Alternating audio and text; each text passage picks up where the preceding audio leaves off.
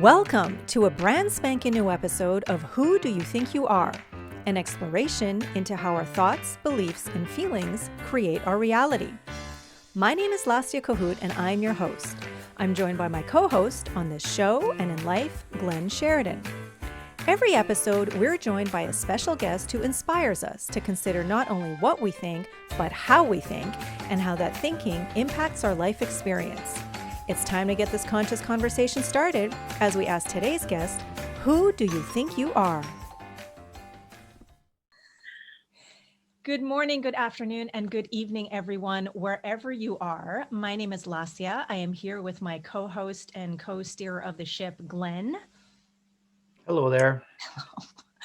Sometimes a little slow on the hello, but he's here, and we are here with another super special guest on another brand spanking new episode of Who Do You Think You Are?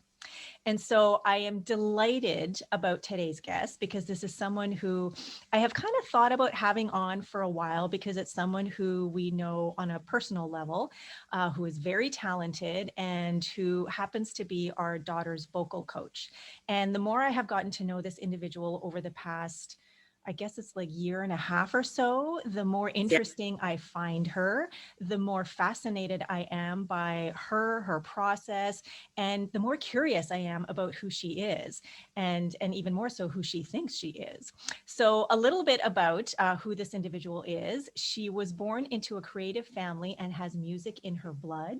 At only 3.5, she started taking Suzuki violin lessons and was so dedicated that she even spent her lunch hours at these lessons. So that means like away from school and recess and playing with her friends.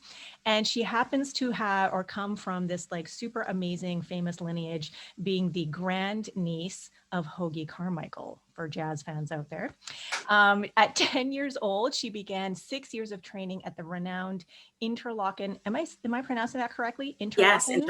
Yes. Interlochen Arts Camp in Michigan. But after only 3 years of instruction and performing violin, she decided to go on strike because she missed her family and she lacked a social life. So from then on, she decided to find her own sound, to explore her own unique musical gifts. And ultimately, she ended up choosing voice as her instrument and became a trained opera singer. She then did discover her own sound, a very distinct sound that was her own and unique. She ended up getting accepted to several prestigious music schools, but she really, really missed home. And so she came back here, enrolled at UVic, where she got to go for free, but she didn't finish the 3-year program, instead learning a valuable lesson that to succeed, a student needs a good match with a coach. And so she moved back to Michigan, studied with an amazing vocal coach there, and she is quoted as saying, "It was my sound and being inspired that mattered." So she gradually moved from sort of, I guess, performing and studying to teaching, and that is how we met her. And so she began with teaching Suzuki violin lessons and absolutely loved it. And then I guess at some point she moved into vocal coaching as well. And that is how we know her because, like I said before, she is our daughter Milana's vocal coach. And she feels that she is a better teacher than a singer, although you know what, I don't know, because I every time I hear her saying when she's teaching our daughter, she sounds super amazing and has one of the most beautiful crystal clear voices I have ever heard. So anyway, so she makes her living teaching violin, voice, and music writing. And let's see, she's a very, I think of like sparkle and kindness and enthusiasm when I think of her as a teacher. And one of the things that I see here in this article that I'm reading is that she says her style is not my way or the highway, that it is more about really finding out what her clients are about and what it is that they want to achieve and grow into and evolve into. So she asks her students very important questions like, how do you learn? What triggers discomfort? What do you love about music?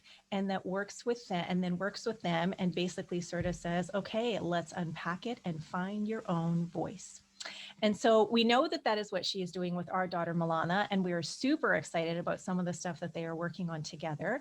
But aside from being this super amazing, beautiful, delightful vocal coach, then this individual is also just a wonderful human being. She is a mom. She has a beautiful, talented daughter named Helena. I know that she has a very playful spirit about her. She loves making snow angels. I know she has a bit of a sweet tooth. And there are so many other things that there are to like discover and learn and enjoy about this incredible, amazing guest that we have with us today. So without further ado, I would like to introduce to you Lexa Yates. And Lexa, I'm going to ask you the big question of the day, which is, Lexa, who do you think you are? Okay, well, thank you for that amazing introduction. That was just lovely, like everything you said. I really do appreciate that. And yeah, that is one of the bigger questions I think I've ever been asked. And when you asked me to be on the show, it's, I had a good while to think about it. And what my answer is that I am everybody. I am everyone. I say that because chances are very, very slim that you don't come across somebody that you can relate to in some capacity, wherever they live, whatever their economic status is, whatever any status is. We can all relate to each other in some capacity. And so therefore, that is my answer. I'm everybody. That is such an amazing answer. And right away, it takes me to the class that I had on Thursday night in, yep, that's right, folks, advanced consciousness studies. I mention it almost every single podcast.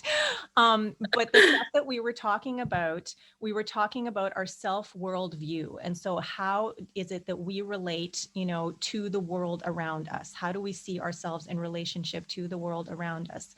And two things came to mind for me. There is this beautiful image that has come into my purview over the last couple of years in some of the books that I've read, which I don't even know that much about, but it is called Indra's net. And the imagery of this Indra's net, which I believe is from Buddhism, is that there's this net, and where every single knot is a gem. And every single one of those gems is a soul, or like each one of us. And because these gems are multifaceted, not only do they have their own individual unique sort of brilliance that they cast upon the world and throughout this net, but they are reflections of, and they are always reflecting that which is around them, like every single other gem. And depending on sort of, how much you polish or how burnished it is or whatever, then the more brilliantly or less brilliantly or differently it shines and glimmers and relates to the other gems around them, with all of the gems being interconnected in this interwoven net. And I have goosebumps right now talking about it because there's that, and I guess the key thing in there for me is that, the reflection. And so when you say, I am everyone, I am everybody, I feel that is so true myself, because I feel like, as I create my reality, everyone and everything in my life experience is a reflection of who and what I am, and me of them. So Yeah. I love it. Brilliant answer. Thank you. Thank you. Yeah.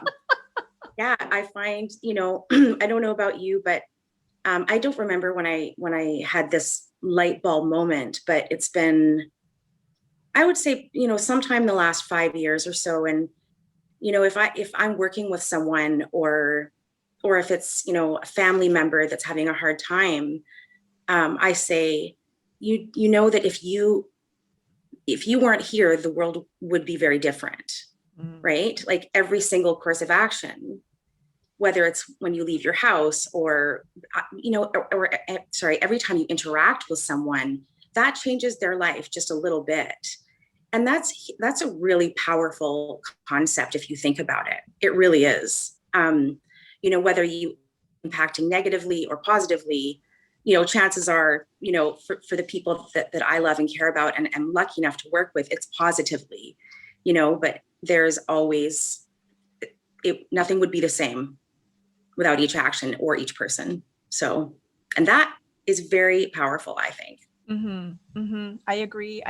And that just took me right back to a few times in even my relationship with Glenn, you know, as our relationship has evolved over the decades, where earlier on, as younger people, as, you know, less experienced people in, you know, this realm and incarnation and, you know, on this trajectory kind of thing, there were a few times where if I was just spiraling into what I might call the pit of despair, that Yeah. he would remind me of something very similar, you know, that the world, either the world is a better place, you know, for you being in it, or like, do you, I wish you could see yourself the way I see you, you know, That's a, it yeah. just, and it wasn't, you know, trying to be trite or, you know, like to wash over, gloss over whatever might be going on or whatever I might be feeling. It was just, it was this unique perspective, you know, this beautiful, loving, unique, very authentic, and just very, I guess, intimate perspective, you know, from the person who is my best friend and my husband, and just, you know, one of the most important people in my life. Yeah. And it's just, you know, it's not something that can always land, or that does make a difference, sort of thing, but it, you know, in the moment. But I really, I agree with you. And I also, I just think that is so true, because I mean, what I believe is that there is only one thing going on, you know, call it energy, call it consciousness, call it source, spirit, whatever you want to call it. There's just one thing. And if each and every one of us is that one thing happening all the time, then what we think, what we do, what we say, you know, how we show up in life, even if you think it doesn't make a difference to someone on the other side of the globe, never mind someone in, you know, your immediate vicinity, it makes a difference. It totally makes a difference, because we're all one. So We are, when yeah, it comes down to it. I agree. yeah, yeah. Yeah. Honey Bunch, you want to Yeah. chime in here early in the game? I started, as you were mentioning your great phrase, I'm everybody, I'm everyone. The last week we had a guest on that Lastia knows, and we both know, Reverend Ingram from LA. And there was a reference about her daughter's name. I said, is that from It's a Wonderful Life? And she said it was, like, her daughter's name's Zuzu, and that's one of the daughter's names of the character that James Stewart plays. And of course, James Stewart, that whole movie, It's a Wonderful Life, is him hitting the depths of despair. You know, the angel takes him aside before he finishes it all, and shows him his life, shows him the world without him, and, Yeah. all of those interactions that you know, it's so parallel worldy and whatever, and it's been done other ways, but to me, that's like, I hold that movie on a pedestal, because it's just so rich with those simple truths of, you know, the local bar, everyone is mean because you didn't do, you know, this thing didn't get done, and this thing didn't get done because you weren't there to stop it or to do it. Right. And yeah, I love that approach. That, I mean, obviously you interact with so many people, even like the parents of, or the families of your students, and even those little interactions make a difference, right? You Yeah. may not know the person's last name, or, you know, but those things are just part of the flow. And I think you're right that, um, that it doesn't really matter where they're coming from, as long as you hold that attention on them, that, like, you're important, you know. Yeah, definitely. And, you know, I think, you know, we all want to, we all want to be heard. It comes down, that's what it comes down to, is that we all want to be heard, you know. And I feel very, very, very lucky that I get to do what I do. I have worked hard for it. So it's not just luck, it's doing, right? But I feel so fortunate with the people that I've been lucky to meet. Like, you know, parents as well as students, just to see the love and support that they give their kids and want the best for their kids. And it's a beautiful, beautiful thing. And, I hope that I always do this, I always, because I don't think I don't want to do anything else. And it's just really touching. It's touching to know how many great people there are out there. Sometimes we are down and out, but really when it comes down to it, it's that relatable thing.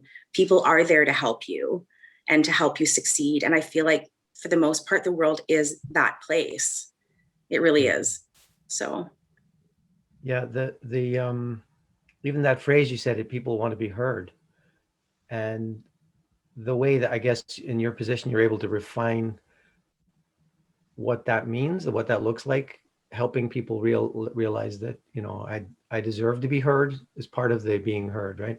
Because Yeah. sometimes that it can take many instances of challenge, or like doing a lesson and step by step, until you get to a certain level where you can look down and go, oh, is that all it was? Or, you realize your Yeah. body relaxed a little bit more, Yeah. and it's left that whole resistance part off to the side, because it was real while you were going through it. But then, no, it's like, I'm done with that, so I can move on to, and Yes. like a petal opening, I guess, on a flower or something. It's another kind of. Oh, absolutely. I think one of the greatest things about teaching is when a student finally gets over that wall. It's okay if it takes a while. I'm patient. They should be patient. I always joke around when someone starts singing with me and they get frustrated within, we'll say even just the first month. And I say, what? I say it jokingly, but I say, what gives you the right to roll out of bed when you just started doing this? You haven't worked nearly as hard as, right? So, frustration's okay, but you've got to be patient, right? This is not something that happens overnight. The bones are good, the foundation's really good, but, and a lot of times when I put it that way, they're like, huh, yeah, that makes sense. Okay. So that usually helps. But I think like what you were saying, Glenn, just relating back to the being heard thing, it's not just on a musical level, it's on the relationship between a student and a vocal teacher is, it becomes intimate in the sense that they have to trust me, right? They have to be really comfortable with me. And that can take a really long time for some people. And I respect that. And I understand that. I would never rush. And I think in a way that's how I differ from the way I was taught with my teachers. And look, I had amazing teachers, and I am very lucky that I had a mother that supported and cultivated me in that regard. But it was their way or the highway. And it was not a nurturing way, right? So there are two schools of teaching. There's the nurturing, and then there's what would be the right word? Hammering, I guess. I'll say. And I think, that's why I succeeded. My teachers weren't there to be my friends. They were there to, make me successful, right? And ultimately, I was very proud of my accomplishments because they hammered me. So, but I find that you can be just as effective with teaching in a kinder, more catered way. So, yeah, it works for me. And it's working for our daughter Milana. I mean, she, I think of her and I hear I guess it's impatience, when she's practicing on the piano and she's doing her drills, or even when she was writing her song, and she wants to speed through and kind of get to the, to the result, to the prize kind of thing. And, Yeah. and so, like the number of times I've said, Milana, just slow down, just like get the chords that you're meaning to play, instead of just kind of, and passing through. But she's always had this confidence about her.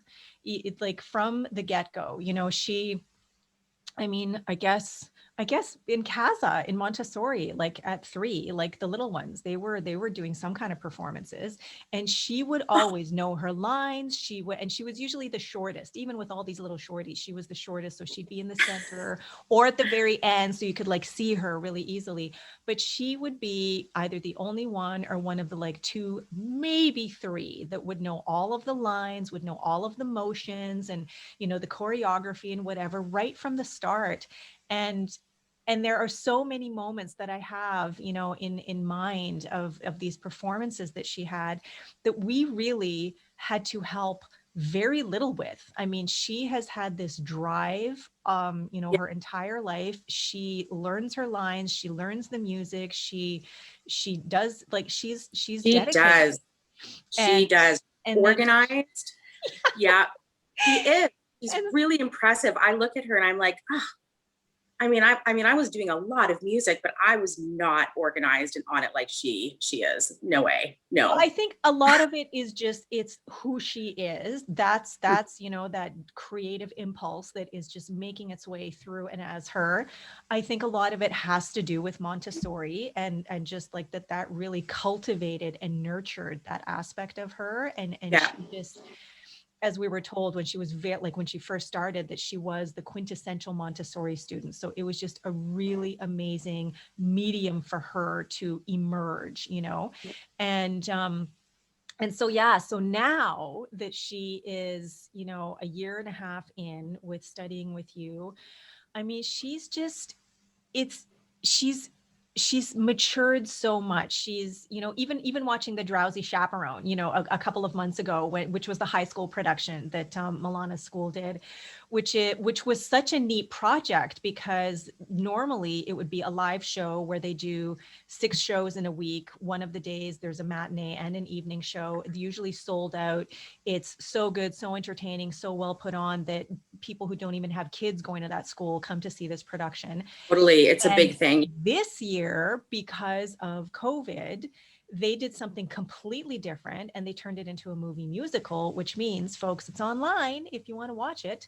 Um, And and it's really good. It's and it excellent. just, Yeah. like, the things that everyone had to learn, including the teachers and the crafts people, you know, the stagecraft people, and, you know, the students, to shift from this, like, this is live musical theater to this is a film production where we're doing take after take after take until it looks Yeah. right on camera, with 3 different cameras, you know, also having the live orchestra, still bringing in some amateur slash professional musicians. I was just so proud, so enthralled. We were just so delighted, you know, with how it all came together. And because of the way they're doing their schedule now, that they didn't even have the 6 weeks or whatever it was that they normally have to do it Oh in. yeah. Right. It was truncated, because instead of having 2 longer semesters, they're having 4 shorter semesters with double slots. And so even on the sort of debut night when we watched it with our family, Milana got up and said, you know, I just want you guys to know, we never had a complete run through from start to finish with the entire. I know. I couldn't believe it when she told What? me. I know. And it was so incredibly well done. And Milana was amazing. I looked at her and I sort of did a double take and I was Yeah. like, fantastic. It really was. Yeah. So I'm so, yeah. that confidence, you know, and that creativity and that creative urge that she has, like, it continues. And so now with this song, you know, it was so cute. We were picking up fish and chips after work yesterday, and she phoned in, and then Glenn's like, I got to put this on speakerphone. So she wants to talk to both of us. So she's like, you know, these are my instructions. I can't have coffee. I need to wear a scarf. I can't have any dairy. I got to wake up 2 hours. So I'm not singing with morning voice and blah, blah, blah, blah, blah. So she's like, I got this list of So things I called her. given me. That's right. I said to myself, you know what, I'm just going to skip over the text thing because so much sort of just gets lost in that. So I dialed her up and sure, I love Milana's speaking voice. Actually, I don't know if I've ever said that to you, but it's so delightful sounding. And you know, it rings a few times and then she picks up the phone and she's like, hello. Sounding worried. I'm like, hello. and And so I just did a quick rundown. Yeah, I was like, okay, so you got to get up 2 hours early. And she's like, I remember from the recital. Yeah, I remember. Like, good. And yeah, so no dairy, no caffeine, and a couple other things. And she was so funny. She's like, okay. It's almost like she was writing it down. You could hear her writing. I'm not sure, but it was really cute. Yeah. And then I said, and also it's going to be fantastic. It's going to be a wonderful experience. And it is, because there could not be anybody better, like, helping us out. His name's Jesse Clark, and he's actually a signed artist. He's in a band in Saskatoon called the Steadies. So is this originally going to be helping her? Well, he's in Saskatoon. Well, he is going to be, but Jesse's playing guitar for her. Okay. Because there was So, someone and from a band that I know, like from the 90s, who. Oh, okay. So yeah, Earl, his name's Earl Pereira, and he was a wide mouth mason. Yes, right. Which I don't have a wide mouth mason. I have a regular mason jar in front of me. I didn't realize until a few years ago when I was canning, oh my God, this is what a wide mouth mason is. I know, me too. I mean, we all knew the name of the band, but we didn't know where it came from. Yeah. But I remember having that moment too, and I was like, I get it now. Yeah. So yeah, Earl is going to be producing the song, which he can do in Saskatoon. And there's no better person to do that. And so yeah, he formed another band called the Steadies, and that's been really, really successful and doing great. So yeah, it's just going to be a really great experience for Milana, and I hope she really enjoys it and stays in the moment, because I'm so excited, and Jesse's the most patient, wonderful guy, and an incredible guitar player, just fantastic. So he also teaches, and great musician. So yeah, it's going to be good. Also a former Stellies graduate. Wow. So, yeah, he's Jesse's 25. Yes. So that school cranks out some really talented many, I tell you. Jesse's also one of my voice students. He comes for a few months, every year, and he's back with me again, which is perfect. I love having him back. And so I've had a lot of students from Stellies, actually, and I love it. Not all of them have done musical theater, but I think one of my favorite things out of Stellies, there's a band called the Archers, and I managed them. They won BC's Best Teen Band. Wow. In 12. And so three out of the five were my students. One still comes back. But that was just amazing. You'll have to look up their music, actually. The Archers, great. They were just way beyond their time. They had mandolins, just all sorts of great stuff. And yeah, that was a huge contest to win. So yeah, Victoria is a gem of talent. It's a true gem. There's so much local talent here, really. So yeah, great scene. Yeah, when most of the musical people I became aware of initially was through a church we were involved with, and everyone seemed to be on a choir somewhere, or had been on one before. Yeah. And then I looked into it. I was like, oh, there's so many choirs here. It's like, there are, now that you mention it. Yeah, there's tons. And I don't know quality wise what that means. It could, having many of things doesn't really mean anything, but the people we knew who, like Danielle LeBeau Peterson, who's like, she does these amazing, the occasional thing since the COVID response has been going. So she'll do like a Friday night every maybe month where she's just taking requests, and it's really hard to stump her, right? She's just playing guitar and whatever. But wow. Both her and her mom have been on various choirs that are really well respected and whatever. So, but yeah, that thing of like that, to me, like, she's an indication of the talent that's kind of lurking from behind all of these facts of, oh yeah, there's this choir and that choir. Right. She can just like, it's like music is playing nonstop in her head, and all she has to do is press pause and do her life and come back, and okay, and here we go again. You're like, it's like a rolling index or whatever, right? Yeah, I love that. It's beautiful. Yeah, it's really good. Yeah. So your Stelli's connection. So we went to see, I guess a few years ago when Milana was just first starting with you, that one concert you did with in the smaller school, down Mount Newton way there. Or, Oh, no, the recital. yeah, Mm-hmm. yeah. Oh, yeah. That was an indicator to me also of like, you know, you would get that kind of thing in a school, in a high school setting, you know, during a Christmas play or, you know, concert or whatever. But Yeah. seeing that from different, you know, the different strands that you're teaching. I think you had someone doing opera piece. Mm-hmm. And Yes. there I was, love teaching opera when I get the request. yeah. And then someone was playing an instrument too. Was there violin or? Yes, that was Chanel. Chanel played a violin piece. She was my only violinist at the time. Yeah. Yeah. I just Voices. remember because I felt bad. I started, you know, I got in a little bit late and I was recording Milana, and then started feeling like I should be recording all of these. They were like really good. And so, you know, and I did some of them so Milana could see later, but then she had her friend doing on her phone, you know, Yeah. like, here, hold my phone while I record and then we'll do. So I'm sure they were swapping their performances. You know, I don't even have to worry anymore. It used to be like the days when you have your camcorder set up and you would be like, Yes, okay, you take the big bag and you got to make yeah, sure you've got the little tape. Remember, yeah, the good old days. Yeah.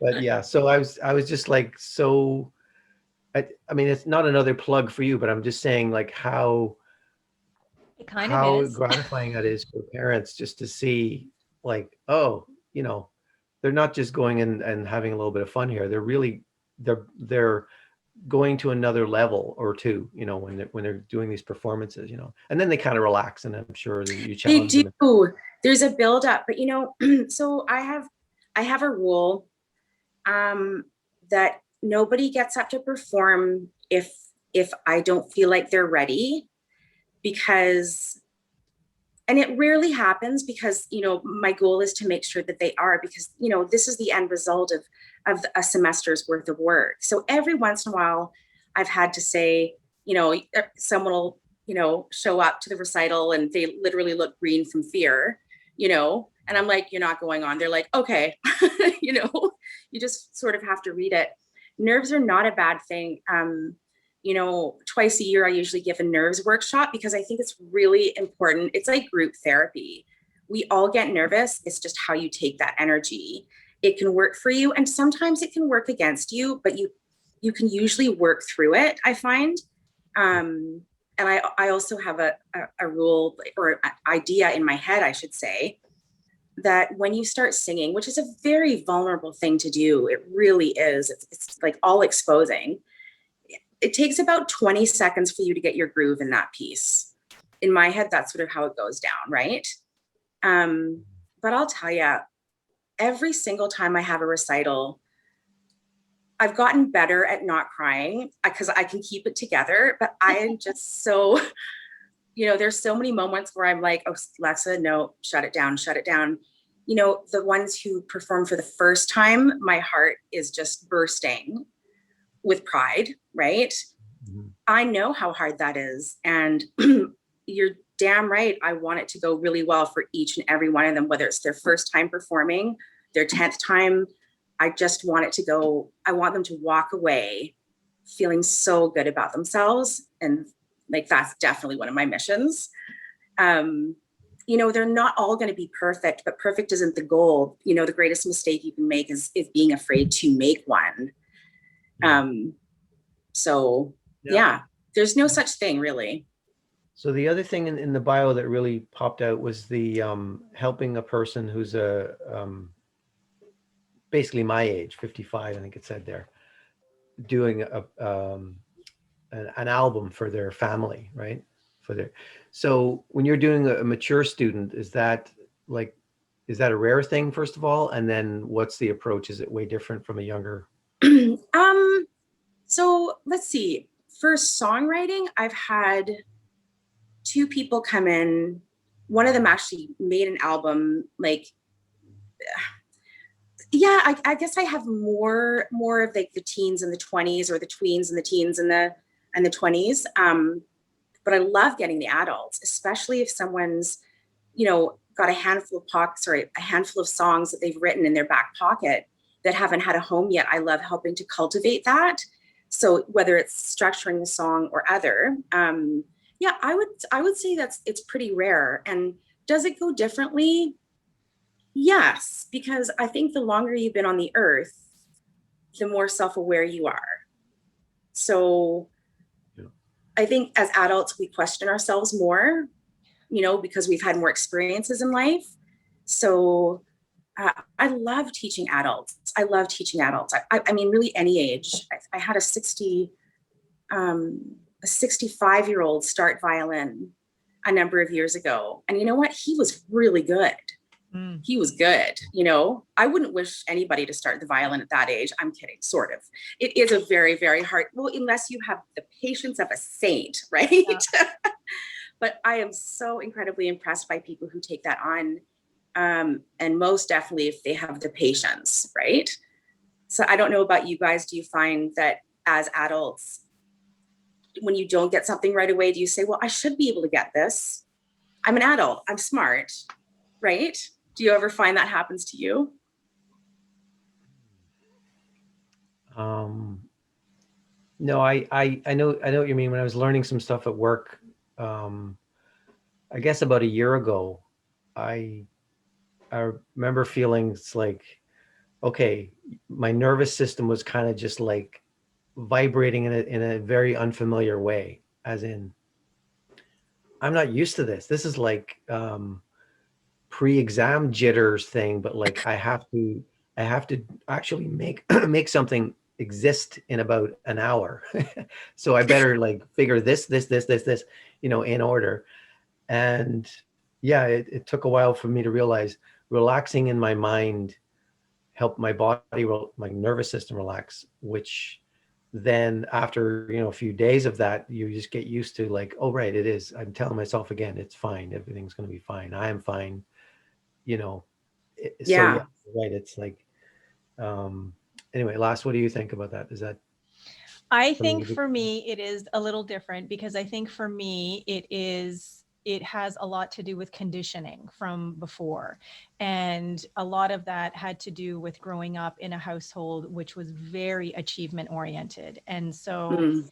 you were worthy when you achieved, you were paid more attention when you did better. And so, the 100 was the goal. If it was 95, what happened to the other 5%? Wow.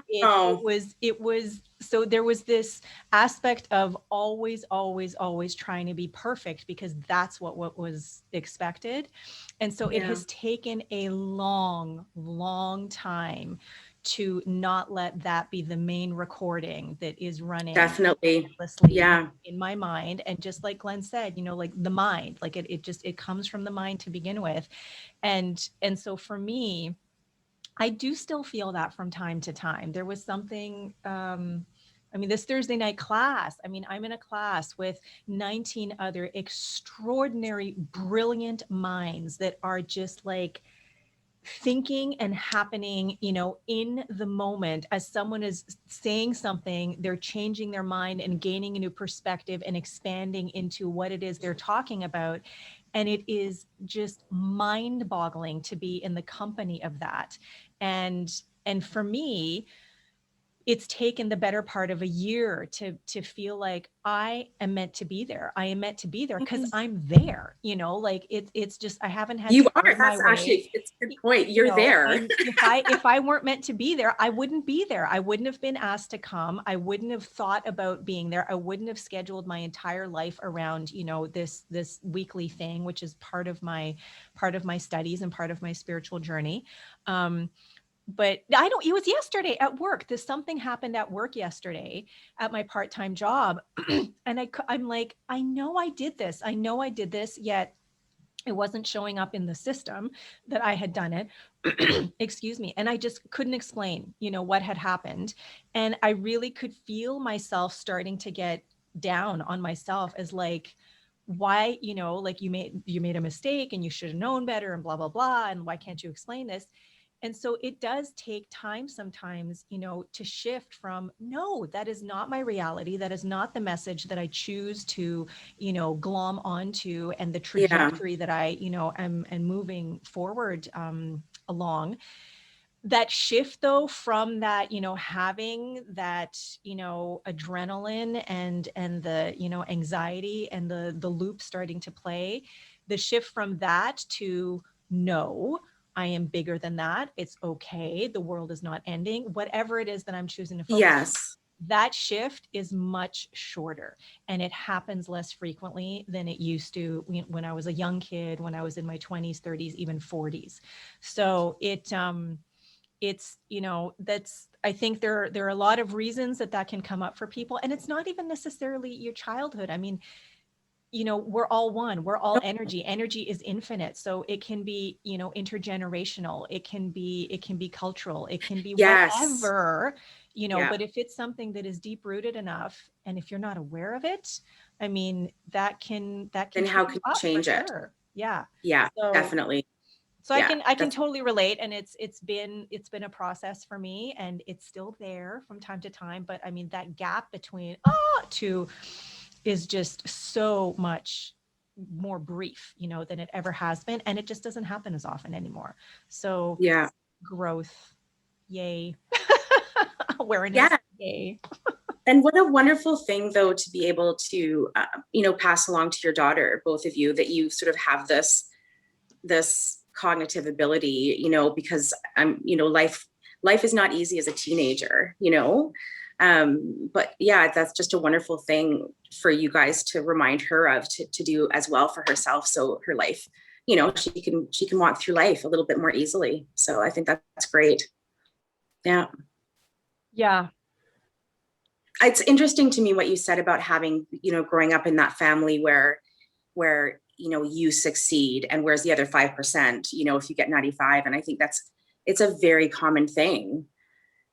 um I would say, just apart, like, from when I was growing up, parenting is very different now. Would you both agree than it was, right?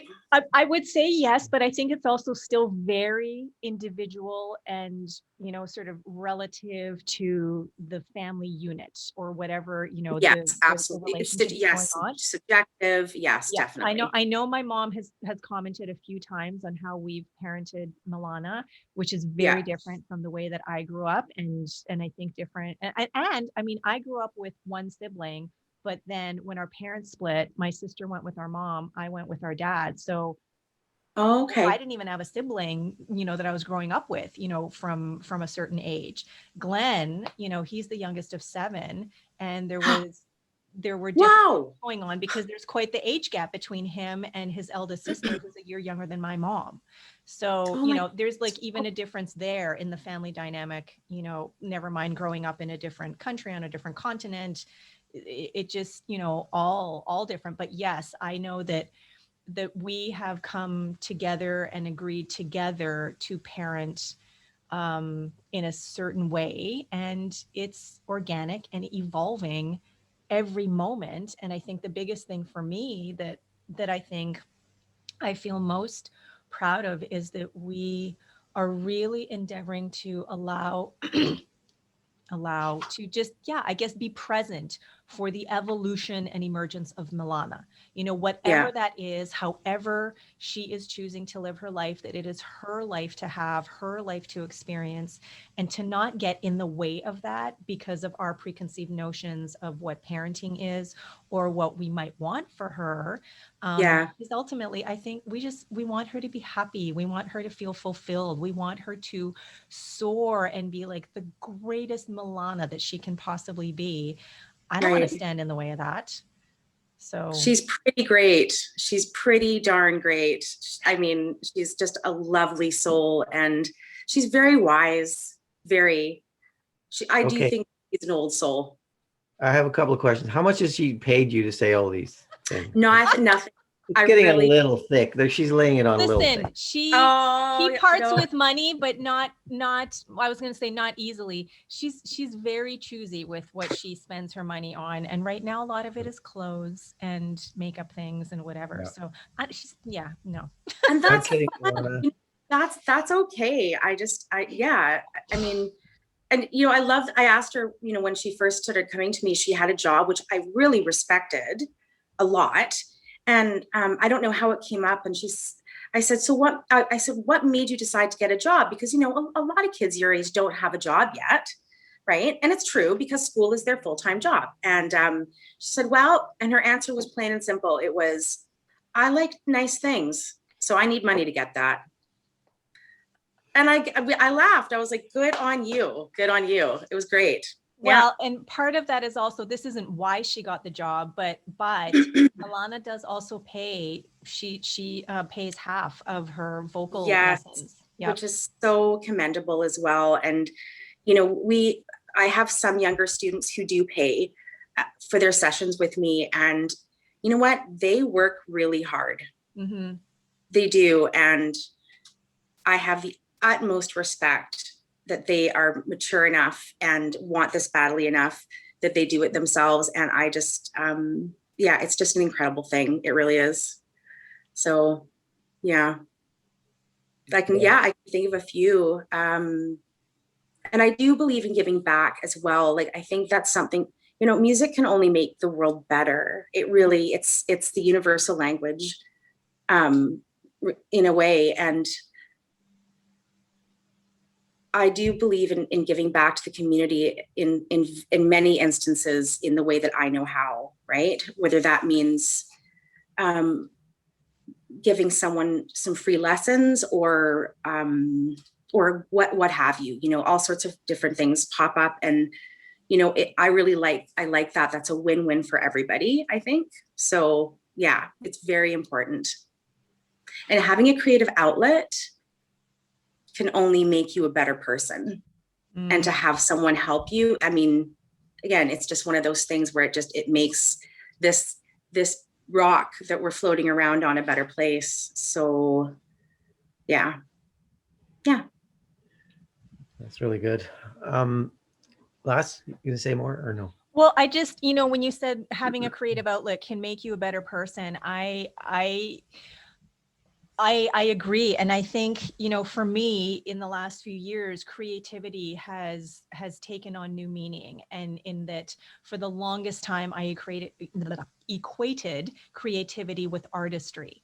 And the truth is we're all creating every single moment of every single day. Like we're all creating our life experience, and you know, whatever shows up in our life experience, we are creating that because of what we think, because of what we believe, because of what we choose.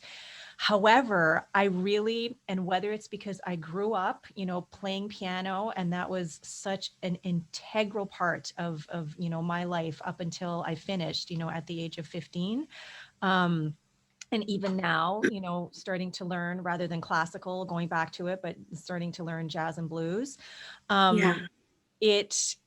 To have an artistic outlet for me is just life affirming. And so it's different as like gung-ho, as immersed I am in my studies, which is an absolute call on my heart. If I am not nurturing the artist in me in some way, then there's, I don't know, life is duller or something. And it's like, don't be ignored. I find that, you know, it's a feeling that, you know, it can only be ignored for so long. Sorry, you keep going. Yeah, no, I think that's true. And so, you know, for about 20 years, I was in the food industry, and it took me a while before I sort of realized, oh, this is how I'm the you know, my artistry is coming out right now in the food, you know. And whether it was the super fancy intricate painted pipe sculpted wedding cakes or chocolate pieces, or the little tiny truffles that I made, you know, by hand that look like little gems and jewels in the bakery that I had, which for 47 years prior to it being our bakery was a jewelry store, to, you know, every plate of food, or even now, you know, when I make stuff, like it's still got to look good. But there's also just this, you know, I'm very, very mindful of the energy that goes into it. And, kind of like the movie, like Water for Chocolate from Oh whenever yeah. that was, with Oh, great. just, I forgot about great the movie. the emotion and the energy, the interconnectivity of that and the preparation of the food, or even big night, where they're like preparing this big meal thinking that Louis Prima is going to be like the guest of honor, and they just go Right. all out to make this fantastic meal. Like, so much of that, creativity for me was just in food for so many years. And I just, that was the focus. But now the shift is back to, it's like music. It is just like you said, it can't be ignored anymore. And even though I do really enjoy singing. And at some point, I would love to take some lessons and be coached and actually become super confident in, singing. Because Milana tells me enough times, Mom, you don't take lessons. You can't sing. And it's I like, listen, I grew up, I'm Ukrainian. Singing is a huge part of our culture. And when I totally. was growing up, my parents would have parties, and most of our friends were Ukrainian. They would be singing for hours after they got a little, liquored up and everything, having so much fun in 3-part harmony, all these Ukrainian songs. We would sing around campfires, singing, like we'd get badges, different levels for singing in our Ukrainian scouting Oh, organization. Like it was huge. Like that was for how sure. we communicated. You said music is a universal language, or the Mhm. universal language. When we went to camps around the world, because this Ukrainian scouting organization, is around the world, and we were at jamborees in places where people didn't necessarily speak English, and Ukrainian was the language we spoke to each other. Everybody knew the same songs, Right. or we could teach each other the songs because we knew the language, and that instantly connected us all together, Right. Yeah. but I that confidence, I never performed, like Milana has from when she was 3 years Mhm. old. And whereas piano, I mean, I was performing all the time. It just, there were recitals, there were competitions. I ended Right. up being the accompanist for the two German choirs in Edmonton, the male and the Oh, female I didn't know that. Oh, and that was super exciting. But then at some point it switched to food because that was the call on my heart. And yeah. now it's come back to, music has always been there. And so I am so grateful to be slowly nurturing that back to life, because it Oh, I love really, that. it's something that is so, it's just so vital. I can feel it It in my is. body. It's very, very important. And you know, I remember when I lost my voice for 4 months. Oh, And this was a huge pivotal point. Like I couldn't even speak. And this is um oh boy, I want to say it was about 8 years ago. I Yeah, 8 years ago. And it turns out that I had a cyst on, which is still there, a cyst on my throat, but it was allergy related. And I had never had allergies in my life. But ultimately, I had to have vocal rehab, but I was silent for 4 months. And I remember thinking, what am I going to do if I can't sing? And I definitely had a huge panic moment for, probably a couple of weeks. And I felt sad and I felt afraid. And then, and I still had to keep teaching because it was my livelihood. So how do I do that? mhm. It was incredible. Like just what my students knew to teach themselves, even within their lesson with me, right? So I would still guide. And luckily, I have a violin. So the violin literally was my voice, Mhm. right? Because it's very, very similar to voice. So I was able to play. But I remember thinking, if I can't make music out of my mouth, out of my body, again, just the thought was horrifying, horrifying. But in retrospect, it was one of the best things that could have ever happened to me for a number of reasons. One, I had to retrain myself in a different sound, which was fascinating and great. It provided me the opportunity to go have lessons again right? With a completely different genre than I'd ever been taught. And I loved every minute of it. And this fellow that I worked with, he was a young blood, a young guy. But he knew what he was doing. And he was a huge part of my recovery of being able to, sing again. But yeah, I look back and in a way, I am really glad that moment that was so terrifying and who was I going to be? Who are you when that one thing that makes so much of you could possibly be gone? And that's a frightening thought. But ultimately, it kind of just brought me back to a blank page. And it's not that I reinvented myself, it's that I dug from what was already there and didn't know was already there. So, and I'm very fortunate that my voice came back, but I also feel very fortunate that I had that experience because I really love the way I sound. And, what you're saying about my singing and how I feel like I'm a better teacher than singer. I do like singing. I know I have a great voice, but I think that my passion it's not really performing as much anymore. Sometimes, yes, but my true passion is teaching. It really is. So, yeah. Now, your daughter Helena also sings, right? She does. Yes, she definitely sings. She is not my student per se because she's my daughter. Yeah. So that doesn't usually go very well. Yep. But what I love is that she has this incredible is born with it, or just growing in the womb, hearing all this music lessons. She has an incredible ear and she can harmonize with anything. And I did not come from a musical family. There was no one in my immediate family who sang, who even played an instrument. I was the only one. Everyone else was creative writing, visual arts. Yeah, basically that.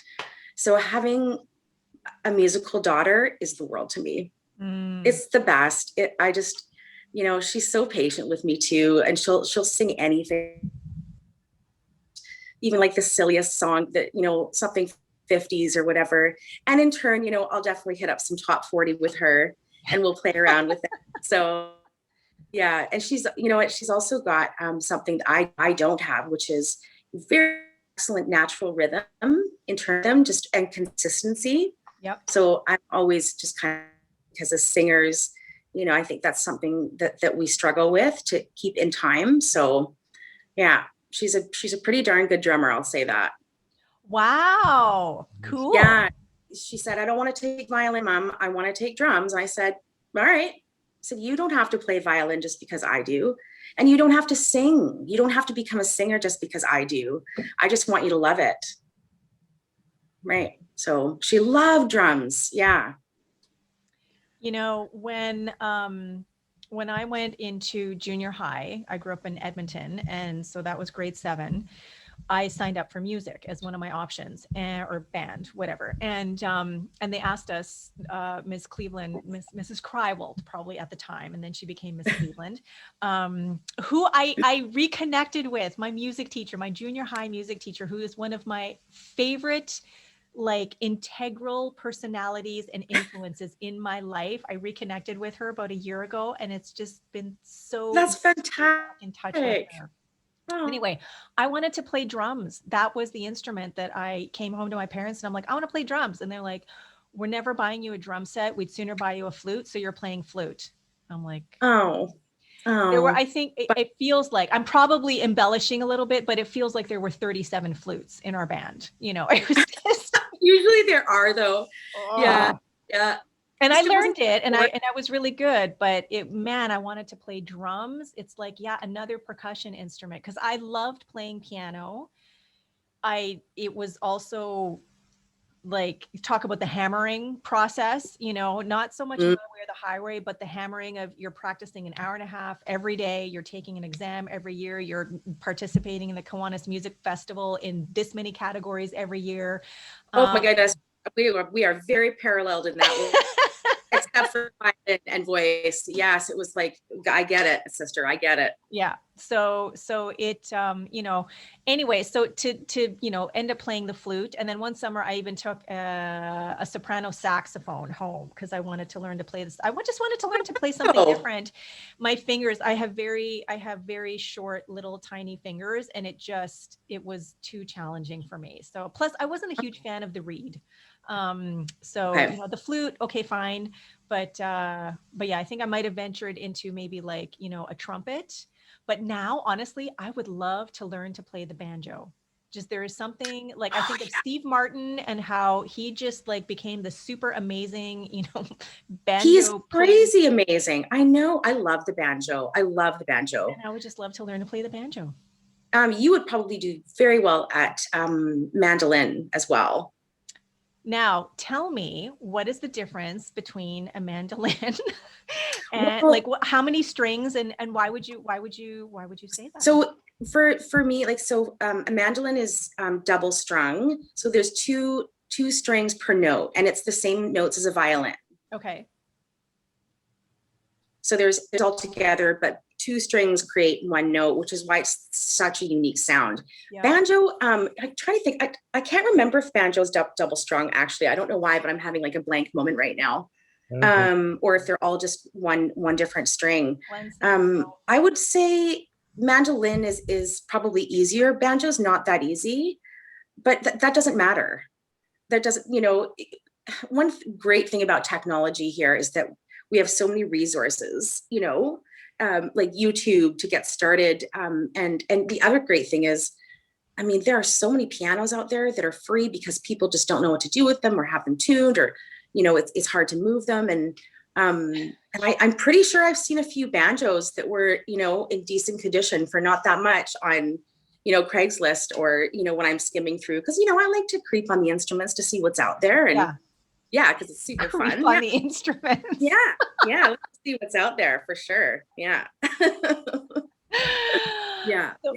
So when it comes to instruments, then, violin, and I know you play piano as well because you accompany the kids sometimes. Mm-hmm. Ukulele, Milana has mentioned. Is there anything else in your, arsenal of instruments that you pick up? Well, I do. So I did take a number of drum lessons a while ago. I haven't taken one for a long time, but I'm really glad I did because I wanted to do it just to sort of boost along my natural internal rhythm or the consistency of it, right? I just absolutely love taking drums. So I can do a little bit of drumming.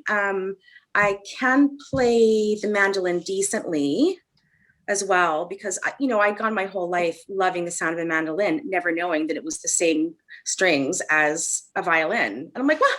Wow. So once I found that out, of course I ran out and got one.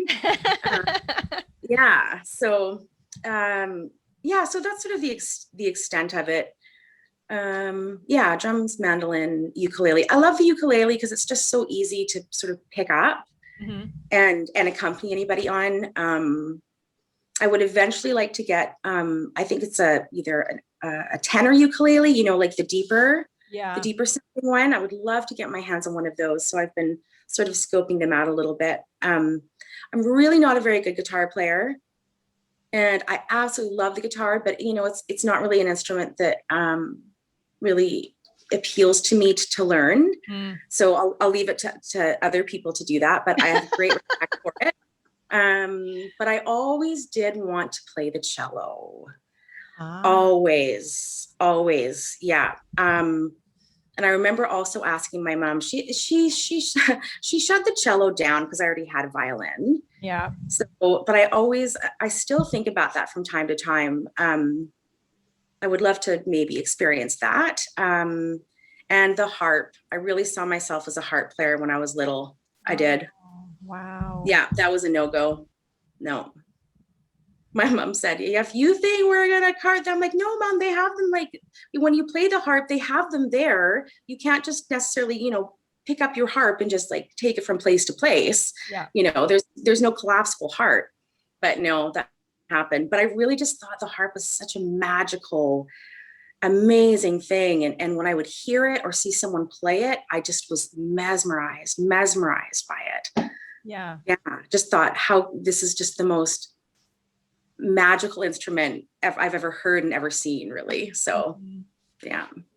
And so is the harp, is it every string is a key, or yeah, like, is it like a piano? Like that's the way it's sort of Yes. like every, okay. Yeah.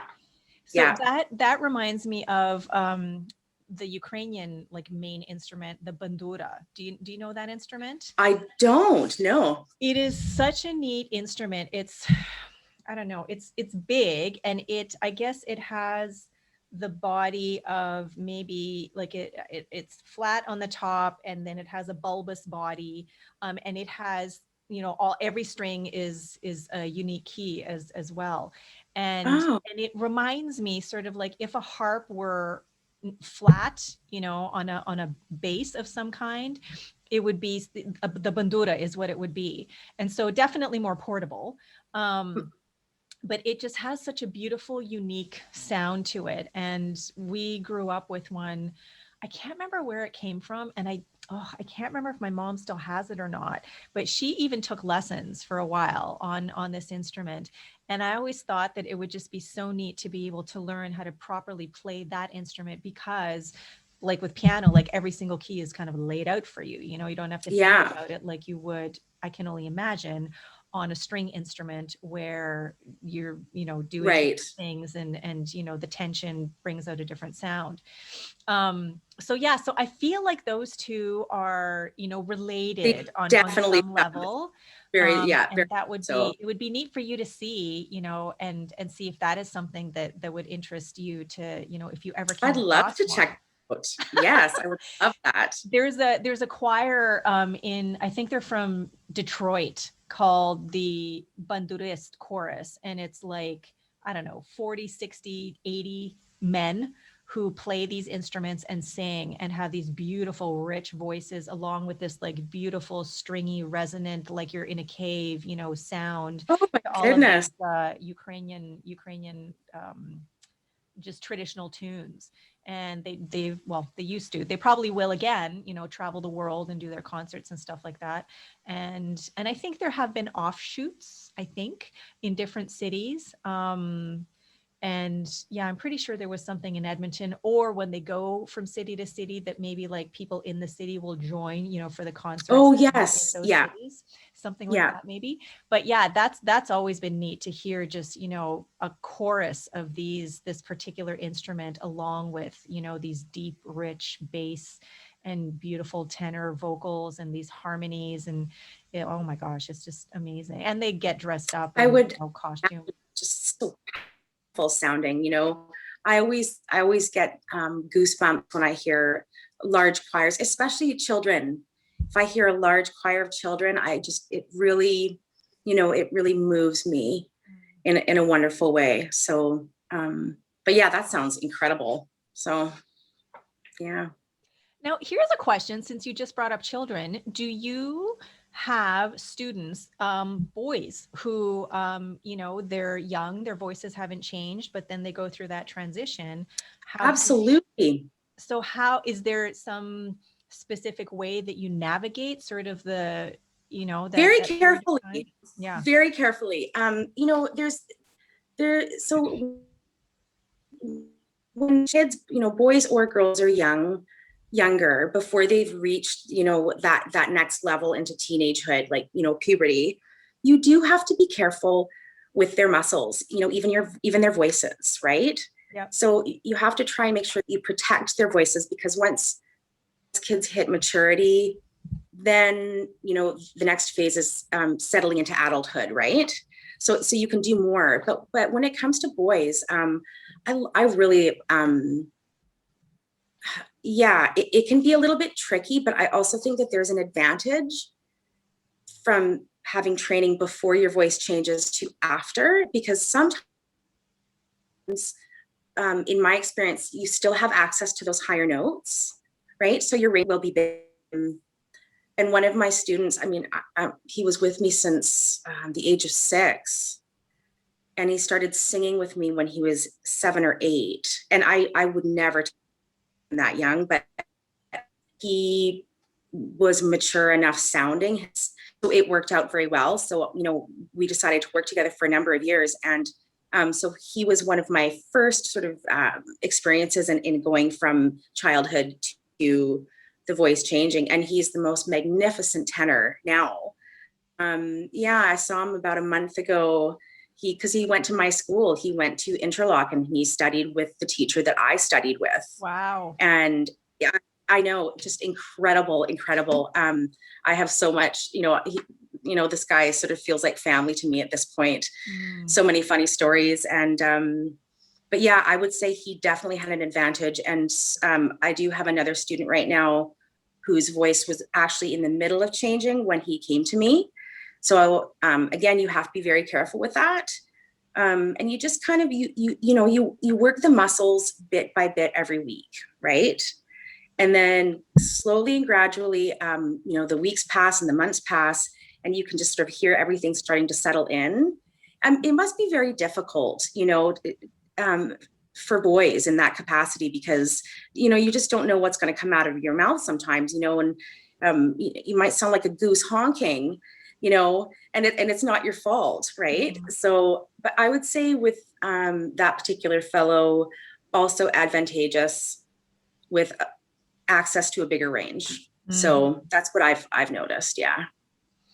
And have you worked with any boys who have sung in choirs, you know, those beautiful angelic sounding choirs where it's just, you know, little boys, and then I guess, you know, what it could be like for them, you know, as individuals, being part of that kind of experience where, you know, because their voice sounds that way, that's why they're in that choir, that's why they're singing that way, that's why they're singing the music they're singing, to all of a sudden, because of these biological changes taking place, they can no longer, you know, be up there in that, you know, range or whatever.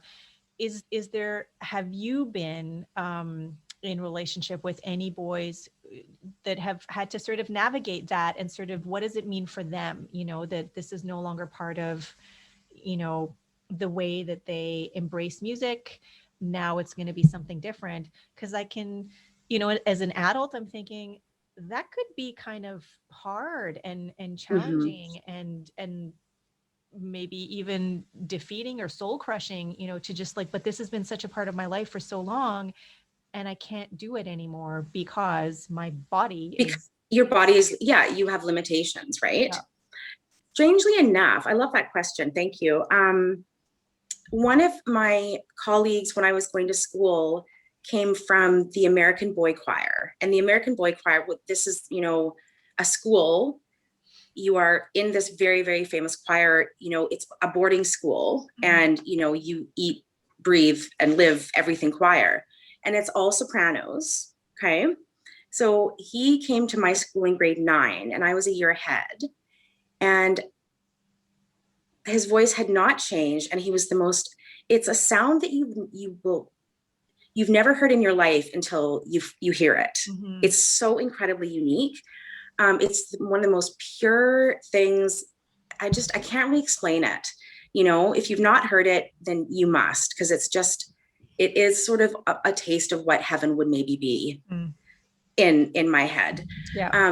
And what happened with this fellow actually is his voice did change, but he could still hit all of those glorious high notes when his voice changed. Nothing. But the only thing that changed is, you know, you and I could sing the same note, okay? We'll say, Glenn, you and I could sing the same note, and it is the same note, not an octave difference, but they sound different. The texture is different. Yeah. Right? The timbre. That's the only thing that changed. Those notes were they glorious? Yes. But were they as pure sing? No. But still very, very, very beautiful. There is something to be said about, I'm sure that does happen, that you lose that range, but I think there's a lot that you can do to keep it. That includes our speaking voices. I've had, I think about 2 or 3 women come to me not as singing Mhm. clients, but because their mothers' voices dropped substantially as they got older, and they didn't like the sound of that, and that to happen. And they liked their speaking voices, and they were in the public, right? They were Mhm. life coaches, and they were people who present. And when you're talking a lot, you do have to make sure that you protect your voice.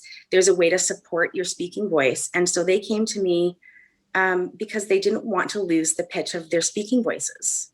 Mhm. So I coached them on that, on what to do, because that's, that is what happens is naturally voices do start to lower as women as well, as we get older. But it's something that you can still maintain if you pay attention and you're aware of it, right? Mhm. So yeah, it's fascinating, really. All of that stuff fascinates me. Wow. Mm-hmm. I had no idea. That, You know what? Don't know till I, you know. as you're explaining, I'm thinking, as you're saying it, I'm going, of course that happens, but it's just something I never thought of before. So thank you. Yeah, it's, and I think that, we have different voices that we use. I was talking about this with a student of mine the other day, is that, what do we tend to do as women? I am going to gender stereotype right now, if that's okay. Mhm. What do we do as women when we speak to someone on the phone for the first time that we've never met? Like, what's your answer to that, Lesia? I probably speak in a higher voice, in a smilier voice, and Yeah. just really put it's the voice that I use at the clinic all the Yeah. time. Every single phone call that I make, every single phone call I pick up.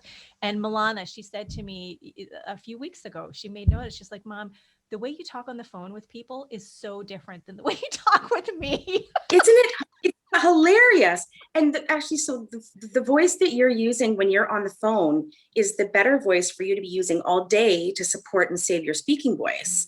If it's raised up just a slight bit, that's all you need to do. And for men, they lower their voice when they're meeting someone for the first time, I find, right? We go a little higher, and they're like, they could be, they drop it a bit. And why is that? I always wonder, why is that? We sound nicer, they sound more alpha, or what would be the word? Help me. I'm not saying this quite right. And I'm certainly not trying to yeah, it's just fascinating to me. So yeah. wow. I'm sure there's a way to do that with instruments in the orchestra too, like the person who's like When they're cello coming in higher as a violin or lower as a bass, double bass, right? So you could have fun with that, I think. Oh, for sure. Absolutely. Peter and the Wolf kind of thing. Oh, yes. Do you? Oh, that's wonderful. That's a great one. My daughter, we used to listen to that probably which one? once or twice a month. Peter and the Wolf. Which one? Who Oh, was the narrator? It wasn't Sean Connery. Peter Ustinov. no, it was sorry, Jean-Luc Picard. What's his name? Patrick Oh, okay. Patrick I think Stewart, right? Yeah. Patrick Stewart. Thank you. Yeah. That Glenn, he said it. Yeah, Patrick Stewart. You couldn't hear me say it. I was saying it the wrong pitch. I was way down. Patrick Stewart. That's okay. Don't worry I was about being it. so lovely. And then David Bowie does one too, I think. Oh, Yeah. I think he does too. And I haven't actually heard that one. Yeah, I've heard snippets, but I haven't heard the whole thing. Yeah. Well, we have the Sean Connery one in our collection because that's the one that I grew up with. Oh, I love it. I don't think I've ever heard that one. There was, yeah, I want to say it was Patrick Stewart. Anyway, I'll have to just reference that to make sure, but Wow. all rights reserved. Yeah. Do you have vinyl or do you listen to I music? sure do. Yeah. So what's in your music collection? Because I mean, if we just go by even that one experience we saw of the recital, the kids were singing stuff like from every genre all over the map. And so, and that's the way you work with your students. What is it that you like to listen to? What do you have going on? Oh, okay. I always say there's so much music and not enough time. I would say off the top of my head, I've got Harry Belafonte, I've got Eartha Kitt, Mm. I've got some Neil Diamond, I've definitely got two ABBA albums. I've got Leona Boyd, which I love. I've got some serious Tchaikovsky. I also have Leon Bridges. That was from my producer, Leon Bridges on vinyl, which I absolutely love. It's so, so good. What else do I have? Some sort of randoms, just, Guatemalan, like, and some bossa nova stuff.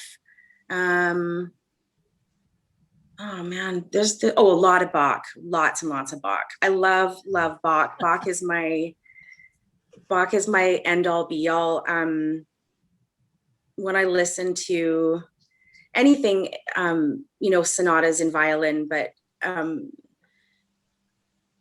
Glenn Gould, anything Glenn Gould, I could just listen to for hours and hours and hours. And Bach is very, very meditative to me. And everything that he does pleases my heart and my ear. And Bach is so much of who I am.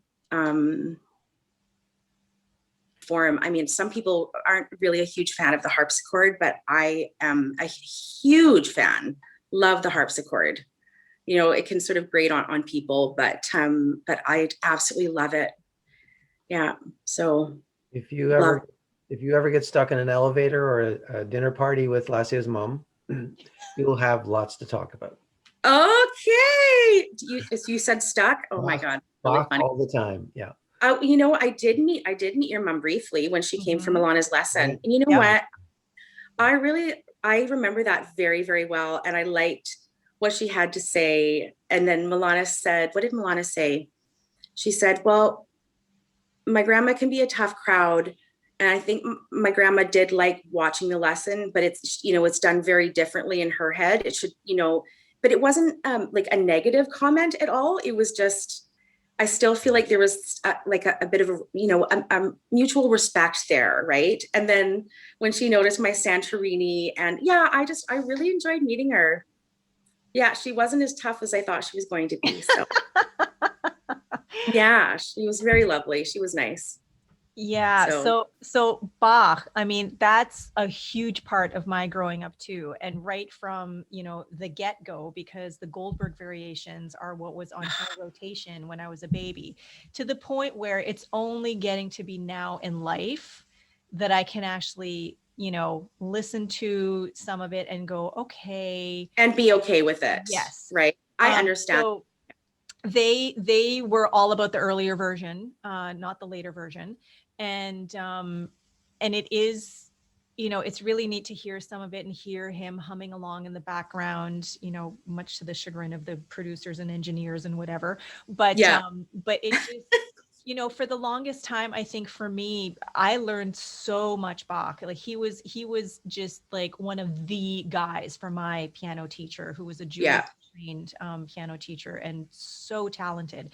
But that's all I learned. Like not all Bach, but like all I learned was classical. That's, I was a classically trained pianist. And so when we had our recitals, all the kids at different levels were playing some kind of classical piece. And there was a lot of Baroque, in what we were learning. And it wasn't until I was working, when I moved to Toronto, my first job there was working at Sam the Record Man, the big Sam the Record Man downtown. And then after that, I moved across the street to Cheapies, which I don't even know when it came down, but it at some point went down. And then I had a part-time job working for the very first massive HMV just down the street from the big Sam the Record Man. So all on Yonge Street, downtown Toronto. The hub of activity. And even though I came in to Sam the Record Man in a black leather jacket full of studs and with the cramps or something painted on the back, and torn jeans and a mohawk and Cleopatra eyeliner, looking like something that, might have been out of the Sisters of Mercy or something, because they saw that I had this incredible classical background and training, they stuck me in the classical department, but they stuck me in the brand new classical CD department. Ooh, Hilarious, like to think that that was a new thing, you know, back then. I know, it's crazy. So there was this whole other section, and it took me like a few months before I realized, oh my God, there are like more levels to this place. And the jazz department was like way at the top. It was just this like hidden away, you know, crusty, old, dusty, you know, room, just packed with vinyl that you really had to make your way up to. And it was like, I don't even know where to start here.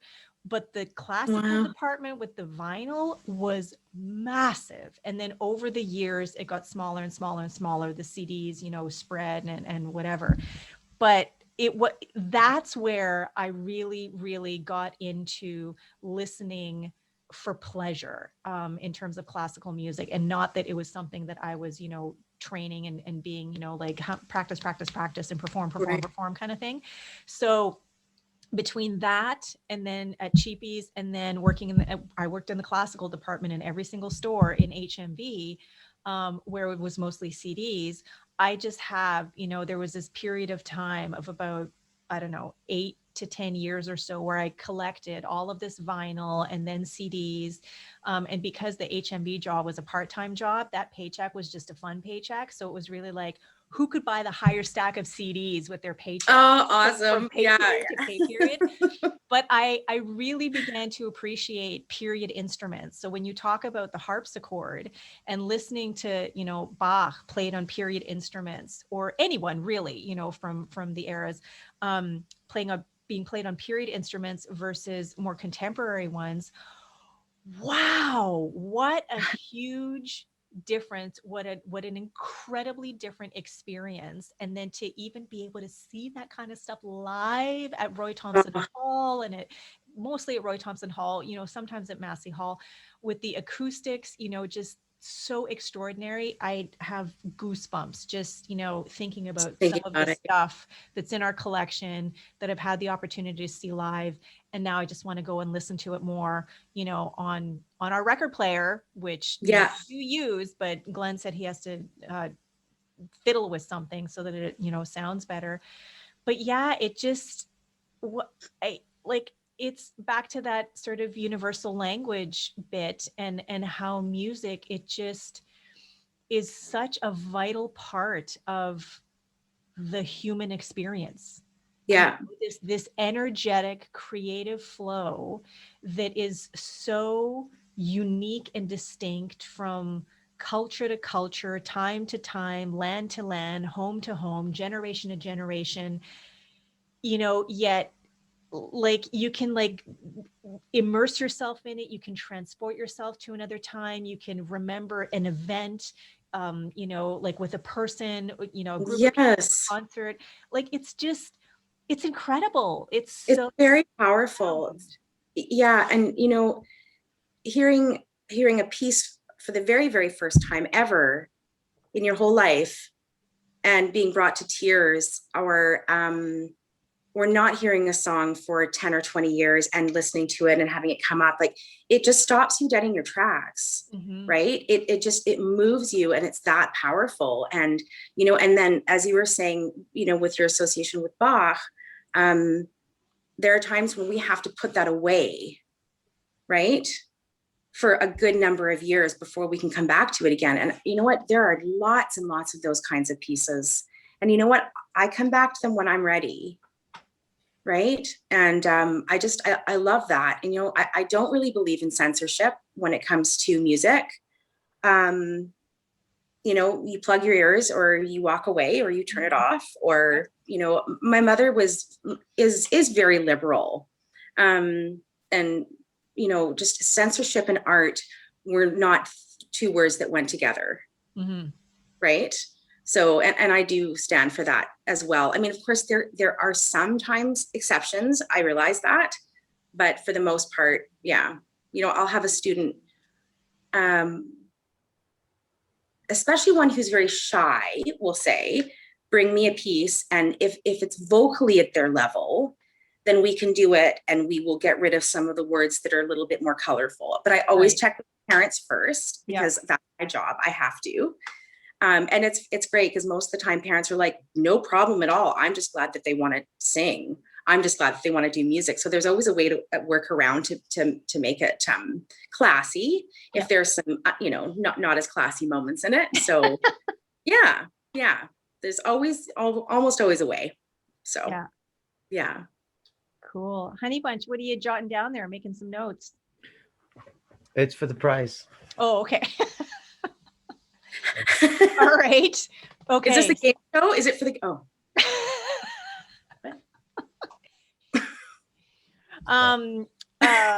that just totally threw me off. What was I going to ask? Okay. So Bach, are there other Baroque artists? Are there other that, are biggies for you? Or even from other time periods, not just necessarily Baroque. Oh, Palestrina. I love early music motets. Love motets. Actually, I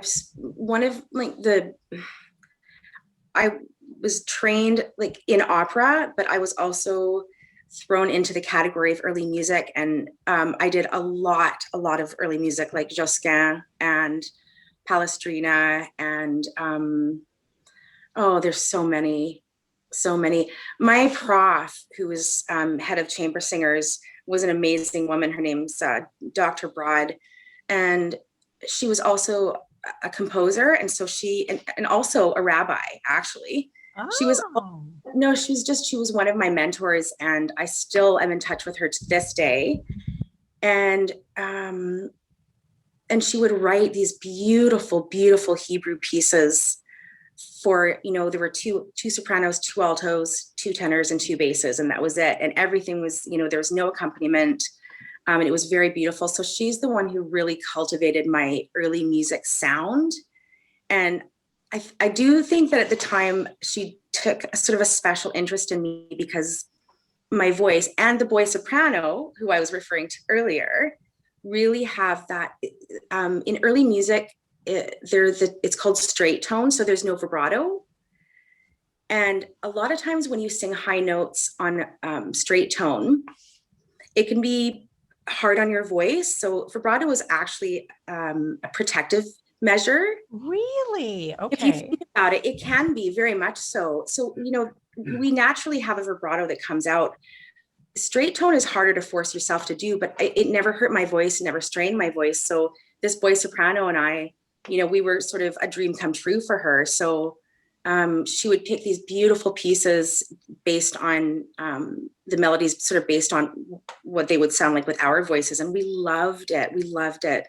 I learned so much from her. And music was so different back then, even the musical terms on the music. And it was just one of my favorite things. And to this day, if I'm feeling particularly, I don't know, maybe a little agitated or just feeling like a little bit,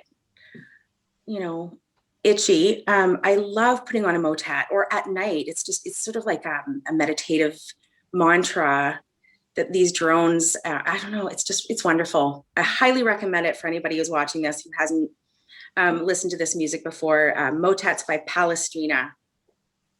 What kind of time frame was that? And you're saying early? This was really early music. And then I know you were talking about Baroque though. But I should probably answer that question. Baroque. Oh, no, that's okay. Go wherever you're going. Oh, no. Yeah, I'm just trying to think. Like I said, so much music, so little time. I'm trying to think of the year that early music was in. I'd have to look it up just to reference it properly and correctly. But is this like 1300s earlier? I want to say so, like Gregorian chants, right? So that would be probably 1300s. But again, you know what? I don't want to sound like I don't know what I'm talking about, so I should reference it and look it up. But this is also very sacred music, right? Like almost all music back then was, about God, right? Yeah. And I love sacred music. I think it has a very important place in music history. And I think, whatever your spirituality path is in your life,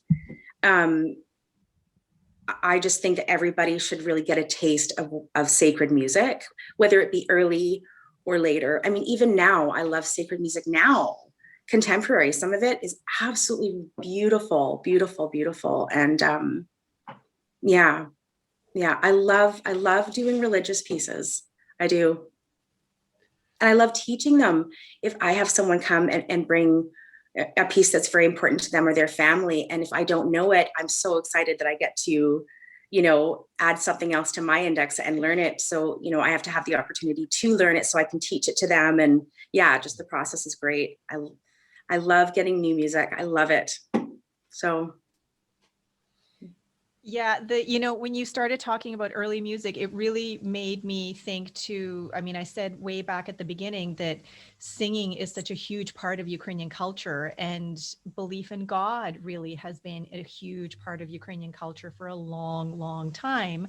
And has been, what's the word I'm looking for?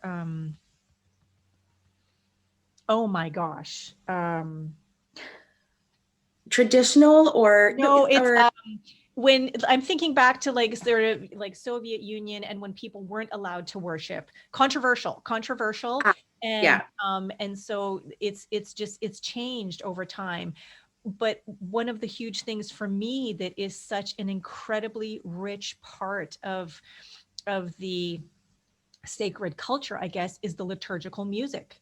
yeah. And even not just Ukrainian, I mean, like you're saying, like just like sort of, sacred or liturgical music, period, that you Mm-hmm. can just hear being sung, experience being sung in a grand cathedral or in a monastery by monks, or, just something that is where there is this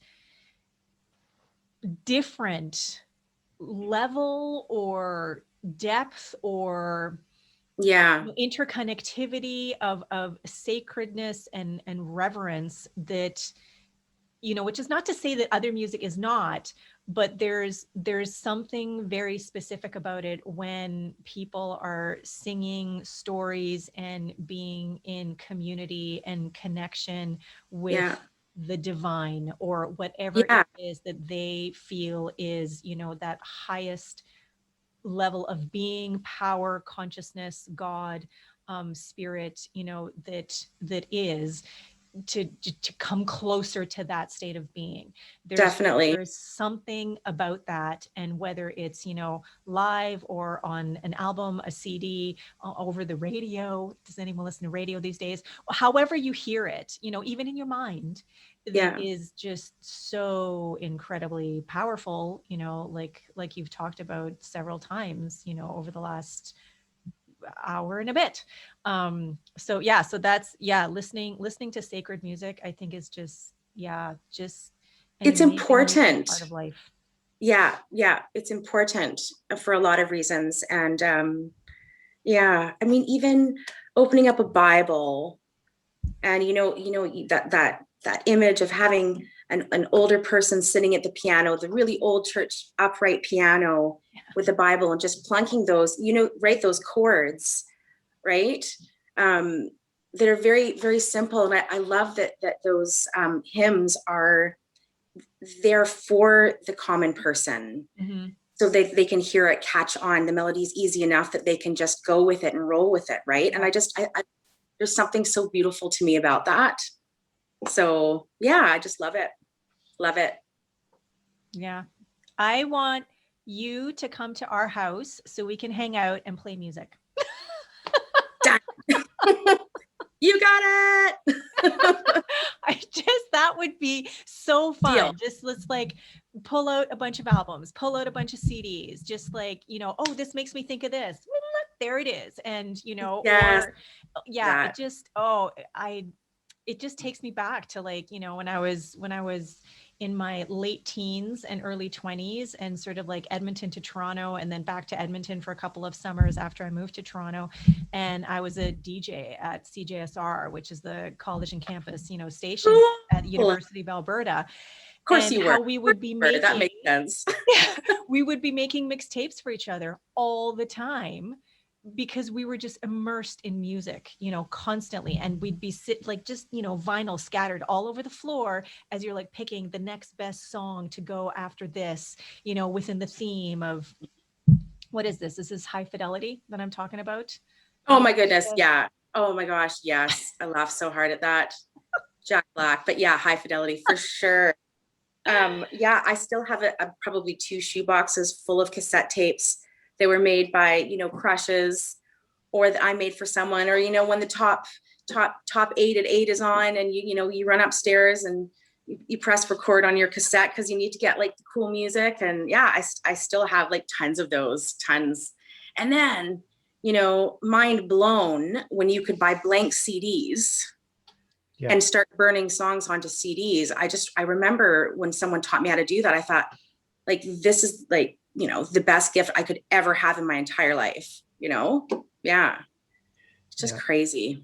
And now here we are circling back, pun intended or not, to vinyl. Yeah. Right? Because there's that very organic, authentic sort of intimacy when it comes to vinyl, I think. So, yeah. If you want to tell that to Milana a bunch of times, that would be good. You're not going to take that from us. I can't believe I should, because Abby is growing quite a vinyl collection. She loves her records. Really? Oh, nice. Mm-hmm. Yeah. Yeah. Well, see, okay, this is interesting. And I love encouraging, Milana has, like 2 friends who are two students of yours, Abby being one of them, who I just adore. And they're not seeing each other as often here, because of COVID. However, they have been over a few times because we're kind of in this extended bubble. But I am so curious to know, what is it that they listen to outside of the stuff that, they would be performing, as in school and whatever, because Milana is very musical theater and country, like new country. Yes. These are her 2 main sort of, worlds of music, which is so not ours. Yeah. Okay. And so, I think back to when Glenn's other kids were growing up, and Garvin, when he was little, was so into the Spice Girls. Like so into, like, this boy was so into the Spice Girls. And Kate, who's 2 years older than Garvin, and they're like 18 and 20 years older than Milana. I don't ever remember Kate being into something like mainstream like that. Like, I remember them both having this incredible sort of education / indoctrination, of music from you and your family and I'm talking to Glenn now, and other influences in their lives, and just having a much broader range, of music that they knew about, that they listened to, that they actually would choose for themselves. Kate went on to play the trumpet and was so super amazing. And I still, can hear her playing some Miles Davis, at a school concert. It just like, that's amazing.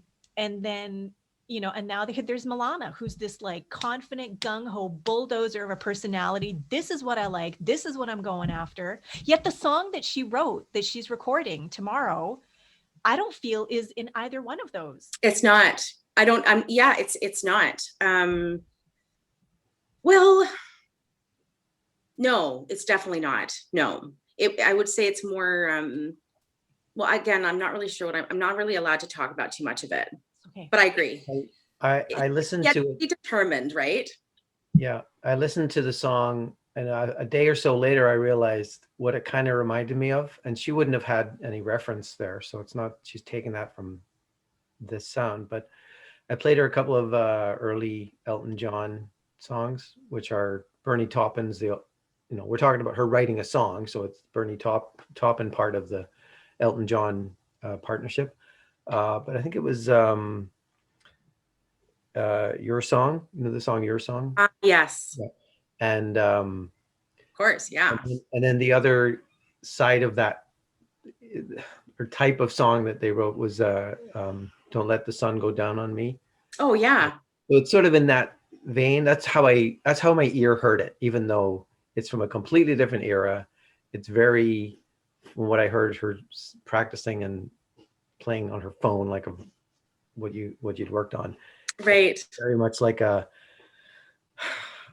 cri de coeur. Like, it's just like, this is me coming from my heart. This is what I'm dealing with, kind of thing. Yeah. Yeah. But anyway. I really love I really love her lyrics too. I was very impressed with those because they flowed together really, really well.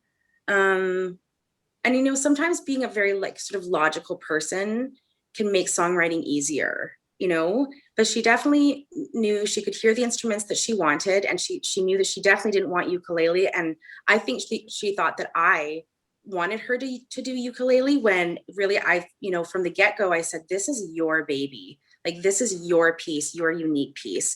I'm here to guide you, but you make the calls, essentially, right? And it's true. There's nothing worse than, I think not worse, but I think it's very difficult to write a piece or create something and then not be able to have the say in the direction that it goes, or enough of it, even though you are seeking somebody out to get, help with it, right? When they, like a producer, for example, or whatever. And I think, it needs to go well, because it can crush you.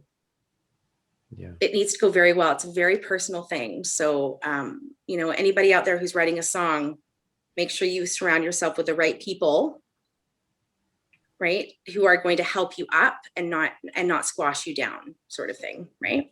So That was going to be my question. Just, something to say to all the aspiring songwriters out there, how to move forward with that.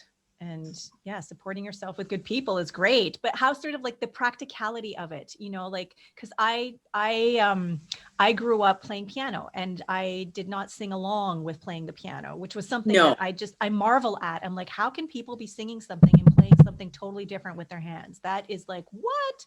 mind blowing, right? And so there weren't lyrics in what I was playing. I never had to worry about that. So in songwriting, when you're working with people, is it different from person to person? Do people sometimes have a melody in mind, and then, they bring the lyrics in, or do they bring the lyrics and then it's like, okay, now I want to compose a melody around this? Is it different? Yes, definitely. Everyone has their own unique process. For me, I would say notes always come first. So I want to make sure that I make a memo if I have like a nice hook riff or something like that. But it really sort of depends. I think for Milana, I think the lyrics came first and the music followed, right? Yeah. And I mean, even when I write a song, I still want someone else who I trust and the right person to give me feedback on the direction that it's going. I think that's very important. And then also, when you're working with the right people, writing a song is not as hard as people think. It's sort of like writing an essay in a way. I mean, there are different structures, but it's a very straightforward process and formula, actually. And once you get your first one under your belt, it just gets easier and easier after. And I think the first one is the most important, because it inspires you to keep doing it. I mean, I would imagine that Milana will write another one after this, right? I hope she does. I really do. And I also sort of love how it catches on with other people. When someone in my studio is writing a song, someone else maybe around the same age might be like, well, maybe I can do that too, right? And so that creativity sort of spreads, and yeah, lyrics are really hard for me sometimes. I mean, I've worked on a song for, oh man, maybe on and off for like 6 months. And then, you know what, if it's taking a really long time, I accept that and I put it away and I come back to it, because I don't want to resent the process, I suppose. It's, yeah, I mean, if I had a deadline, if I were a signed artist, that would be different, because you get really good at popping them out quickly, right? So there's a difference. But yeah, I just find that everyone's process is uniquely different. They might hear just 4 bars of notes, and that's where the whole thing started, Yeah. Or again, it might be one line of lyrics that's really profound. And, like, where do we go with that? So I think the idea for most people, if they haven't written a song, is very daunting, right? But it's really not. It's really not. It's it kind of reminds me, I'm in the process of writing a book. That is my final assignment for the advanced consciousness studies class that I'm in. And so I have talked about writing a book for probably 10 years, and if I had published the book that I've been talking about, over the last decade, then I could have had maybe 5 to 7 books, published by now, because it just kept Right. changing from like this to this to this to this. And it's like, oh, well, now it's different. So now I can't do that anymore.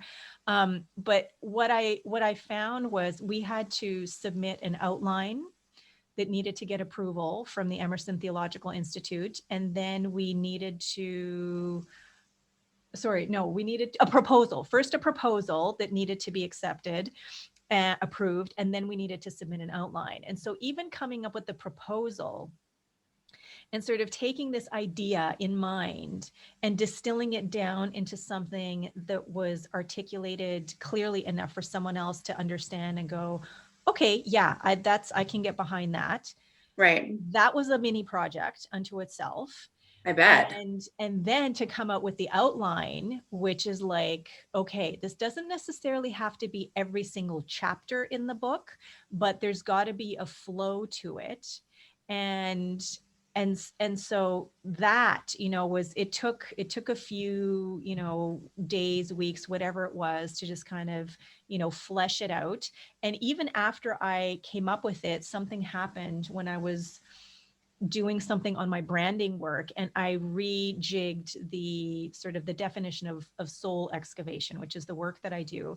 And as Right. I did it, I realized, oh, there are the parts of my book right there. And I could go back to the outline, and it was just like, all of a sudden it revealed itself, and it was Yes, so neat. I totally understand. Yeah. So, hand that in, and then it was, now start writing. And that was like, oh my God, now I actually have to write this thing. And so it changed very quickly from, I'm going to write 10 pages a week, whether it's, a few pages a day, on certain days, 10 pages all in one go, but I'm going to write 10 pages a week. Well, that didn't last a week, because it was just like, this isn't working for me. I need more structure. And so it has to be something different. And 10 pages seemed like a lot. So Yeah. what I ended up coming up with, because I was taking a class through Hay House at the time, was that I would commit to writing for half an hour a day. And if it was one sentence, if it was 10 pages, something in between, that was it. I just had to sit down and write half an hour every single day. Yeah. And that ended up working. And what was super cool was I'd look at the outline, and the idea of, I didn't have to write it all down from page 1 to page 250 in order. I would Right. just look at the outline, see what the inspiration was, and I would just start to write stream of consciousness. Nice. Half an hour, I would, do some grammatical editing, spell check. That was it. And then I haven't even looked at any of that. And the next day I would just start anew. And so it's amazing that, paired with, about a week into that process, having an accountability partner where every day we email each other on, Yeah. my win for today, keeping That's each other great. Yeah. accountable to ourselves and each other. Like within a month, I had 75 pages and had written something towards each section. And now it's like, well, close to 200 or something, because I'm transcribing quotes that I'm using. That's amazing. So finding the process, in itself, and allowing for that sort of, that original daunting feeling of, oh my gosh, I don't even know where to begin, but like being in that moment of, I don't know, and allowing it to just emerge.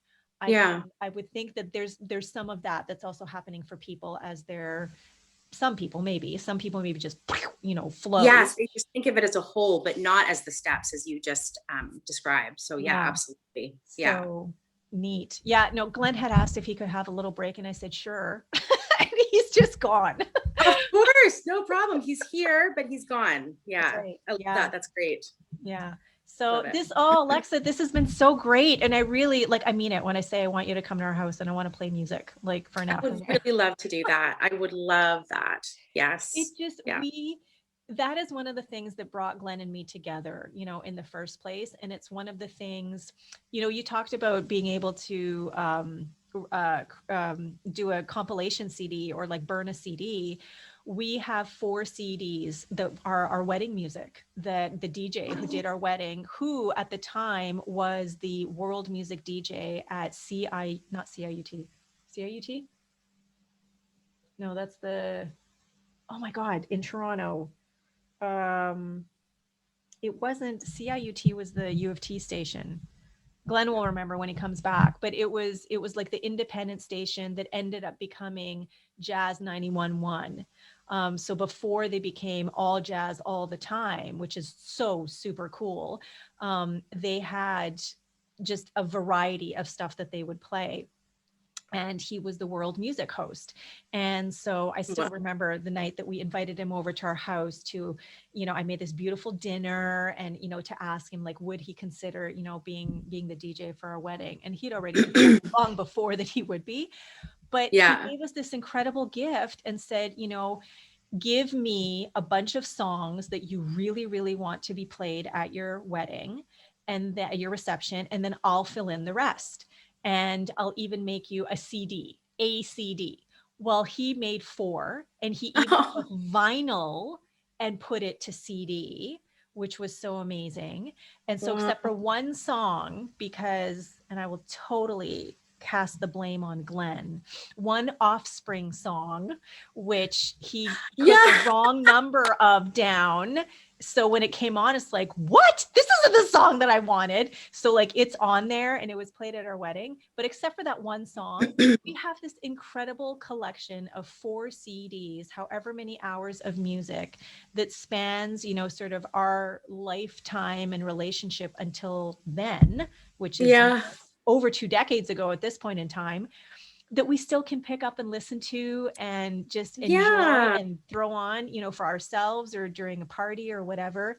And it's just, it's just so fun. It's so great. For sure. I mean, that's part of the soundtrack of your life, Mm-hmm. Yeah. Mm-hmm. Love that. Yep. Okay, Mahoney, you're back. Thank you for allowing me to take the No break. problem.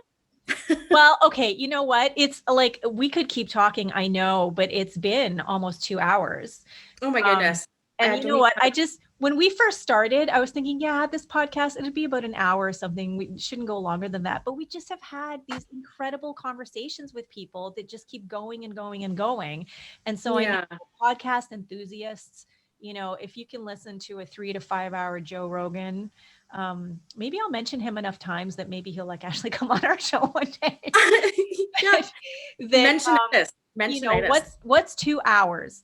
So anyway, so now let's move into the next portion of the show, which is just this tiny, fun, goofy segment, the super rapid fire question round. And Glenn is going to lead the way, where he's going to ask you a bunch of questions. You will have 1 minute in which to respond to these questions, just off the top of your head, no deep thought or anything. And at the end, there will be a prize. Remember, folks, prize in quotation marks, that our esteemed guest will be winning. So, Honey Bunch, are you ready and set with your questions? Yes, I guess. Okay. And you know what? I didn't bring my timer today, so I'm going to use the Zoom timer. Thank you very much, Zoom app. So, ready, set, go. Do you sing in the shower? Yes. Your favorite city to visit? Deep thought, too much thought. Pass. How many tattoos do you have? Tattoos, 4. Okay. Which do you prefer, tea or coffee? Good tea. Netflix or nature? Netflix. Wagner or Verdi? Oh, Verdi. Yoga or walking? Walking. No, both. Okay. Hip hop or opera? Hip hop. Books or movies? Movies. Swearing or hitting a pillow? Swearing. Cats or dogs? Both. Friends or Seinfeld? Seinfeld. 21st century or 20th century? 20th. Ding, ding, ding, ding, ding. That was fun. Thank Okay. you. City. Oh, you know, I don't even. Wagner or Verdi? What's that? That was a great question. That's Wagner. a new one. Yeah. I mean, they're both really, really great. But Verdi, yeah. So one of my favorite buckets of prizes is the book by James Geary, The Geary's Guide to the World's Greatest Aphorisms. Oh. So what smart people have said about basic things over That's time. fantastic. Cool. So these are the two that popped up for me as we were speaking. So actually there's a third one, which is really jumped out at me. It was Brian Eno, who used to be in Roxy Music and then did all the ambient stuff. Oh yeah.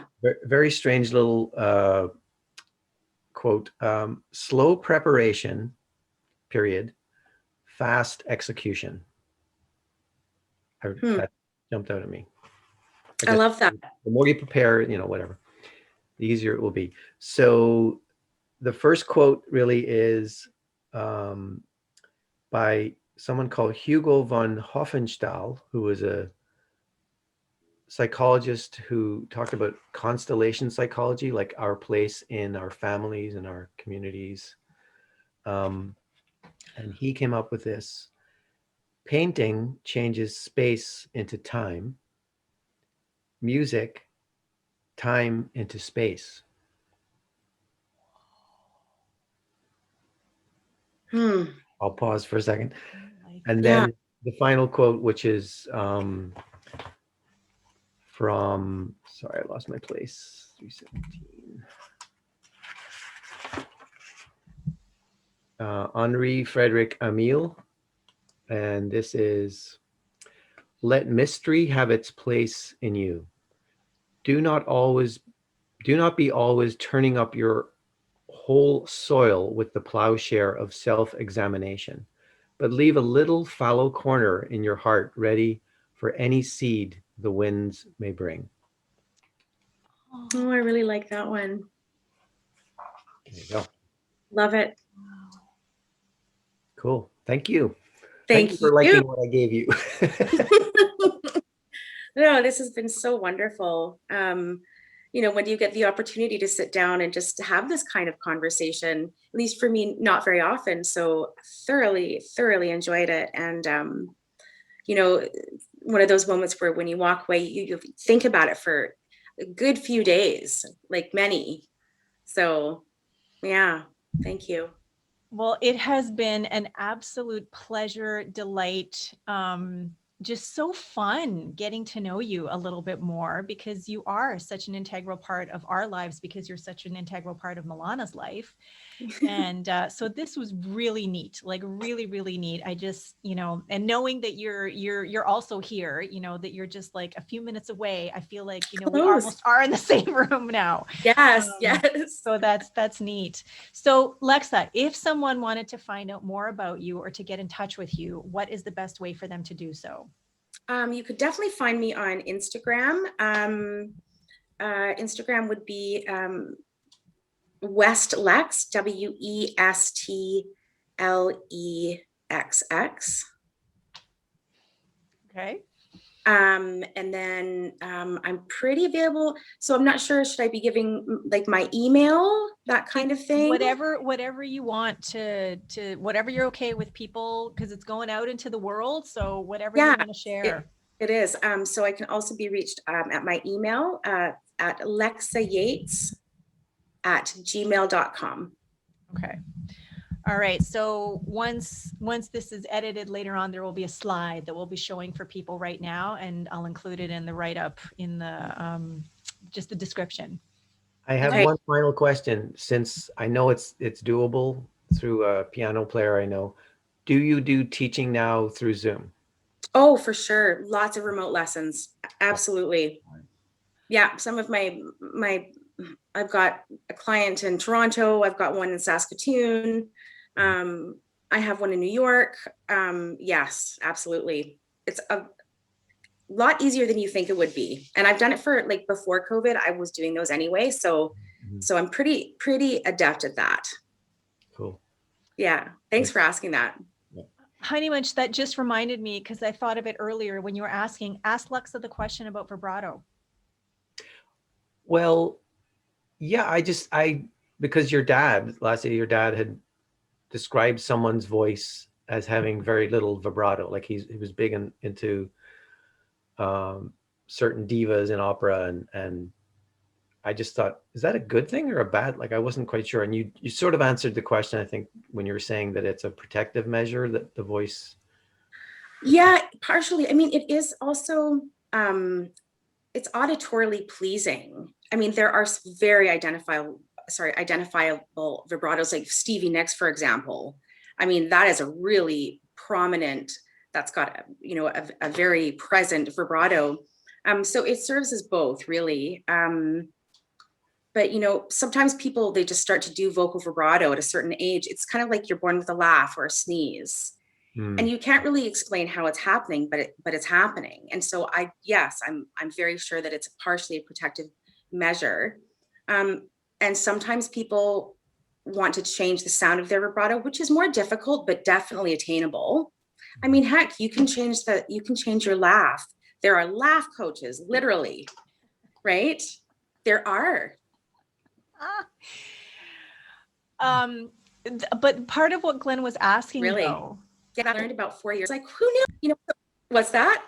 part of what Glenn was asking, and sorry, their internet connection just kind of flipped out. So I think we didn't get your full answer. But part of what Glenn was asking me was about the use of vibrato and Right. how, like, it is something that can be controlled, right? Like there are some people who overuse Yes. just too flourishy and too, so Yeah, it can take over. There are some very, very powerful vibratos where you ultimately can't control your voice because the vibrato is just so girthy, right? That kind of thing. Those kinds of vibratos are more suited to Wagner, right? Or those that heavier classical music. But yeah, it can be controlled though, and a good vocal teacher will be able to identify the fact that this thing is its own entity and pull it back if need be. Okay, that's kind of neat that you just described it that way, because I always thought it was a technique and not the way you just said, its own entity. I think that's a big part of it. I mean, you do have a vibrato. Anyone who's never had a lick of training in their lives singing, probably has some vibrato in there. And once you can identify that wiggle, that movement, then we bring it out to see what it really sounds like, right?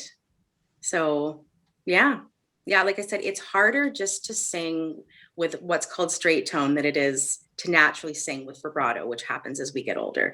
And you know what? Sometimes some little kids come in. I tell you, I've had like a 6 or 7-year-old come in with probably one of the biggest vibratos I've ever heard in my life. And it is the cutest thing ever. And I'm thinking, well, I can pick my battles right now. We're going to have to but yeah, we're all just so uniquely different. We just are. Yeah. Wow. Yeah. Okay, well, Mahoney, there you have it. There's your answer. And Hopefully for that me, helps, it's but- vibrato is its own entity. Okay, well, another entity is this episode right here that we're, wrapping up. So Lexa, thank you so much for being a guest on our show today. It really has been such a pleasure, such a delight, and so super fun. And thank you, Honey Bunch, for all of your input and for really being, the brilliance behind the super rapid fire question round and the prizes. He just keeps finding something that is so relevant for every guest every time. And I love that. Yeah, it was puts great. thought into it and does it a little bit on the fly. So thank you for that. And thank you to everyone who has tuned in whatever way you have, whether you're listening, whether you're watching. Thank you, thank you, thank you for your presence, your attention, your engagement. We are so grateful for all of it. And my name is Lassia. I have been here with Glenn. We have had Lexa Yates on as our guest today. And so we look forward to you listening to this, to you enjoying to this, and to you joining us for a brand spanking new episode of Who Do You Think You Are, coming soon. Bye, everybody. Bye, everyone. Thank you. This has been an episode of Who Do You Think You Are? An exploration into how our thoughts, beliefs, and feelings create our reality. My name is Lassia Kohut, and I have been your host. My co-host has been Glenn Sheridan. We'd like to thank the following for helping make this podcast a reality. Today's special guest, Lexa Yates. Music, Vasco Lorenco, copyright 123rf.com. Background illustration, Sakma Sterke, copyright 123rf.com. For more information on this podcast and our Lassia Kohut Soul Excavator, please visit www.lassiakohut.com. If you like what you've heard, please like, subscribe, and let us know by leaving a comment. Thanks for tuning into Who Do You Think You Are?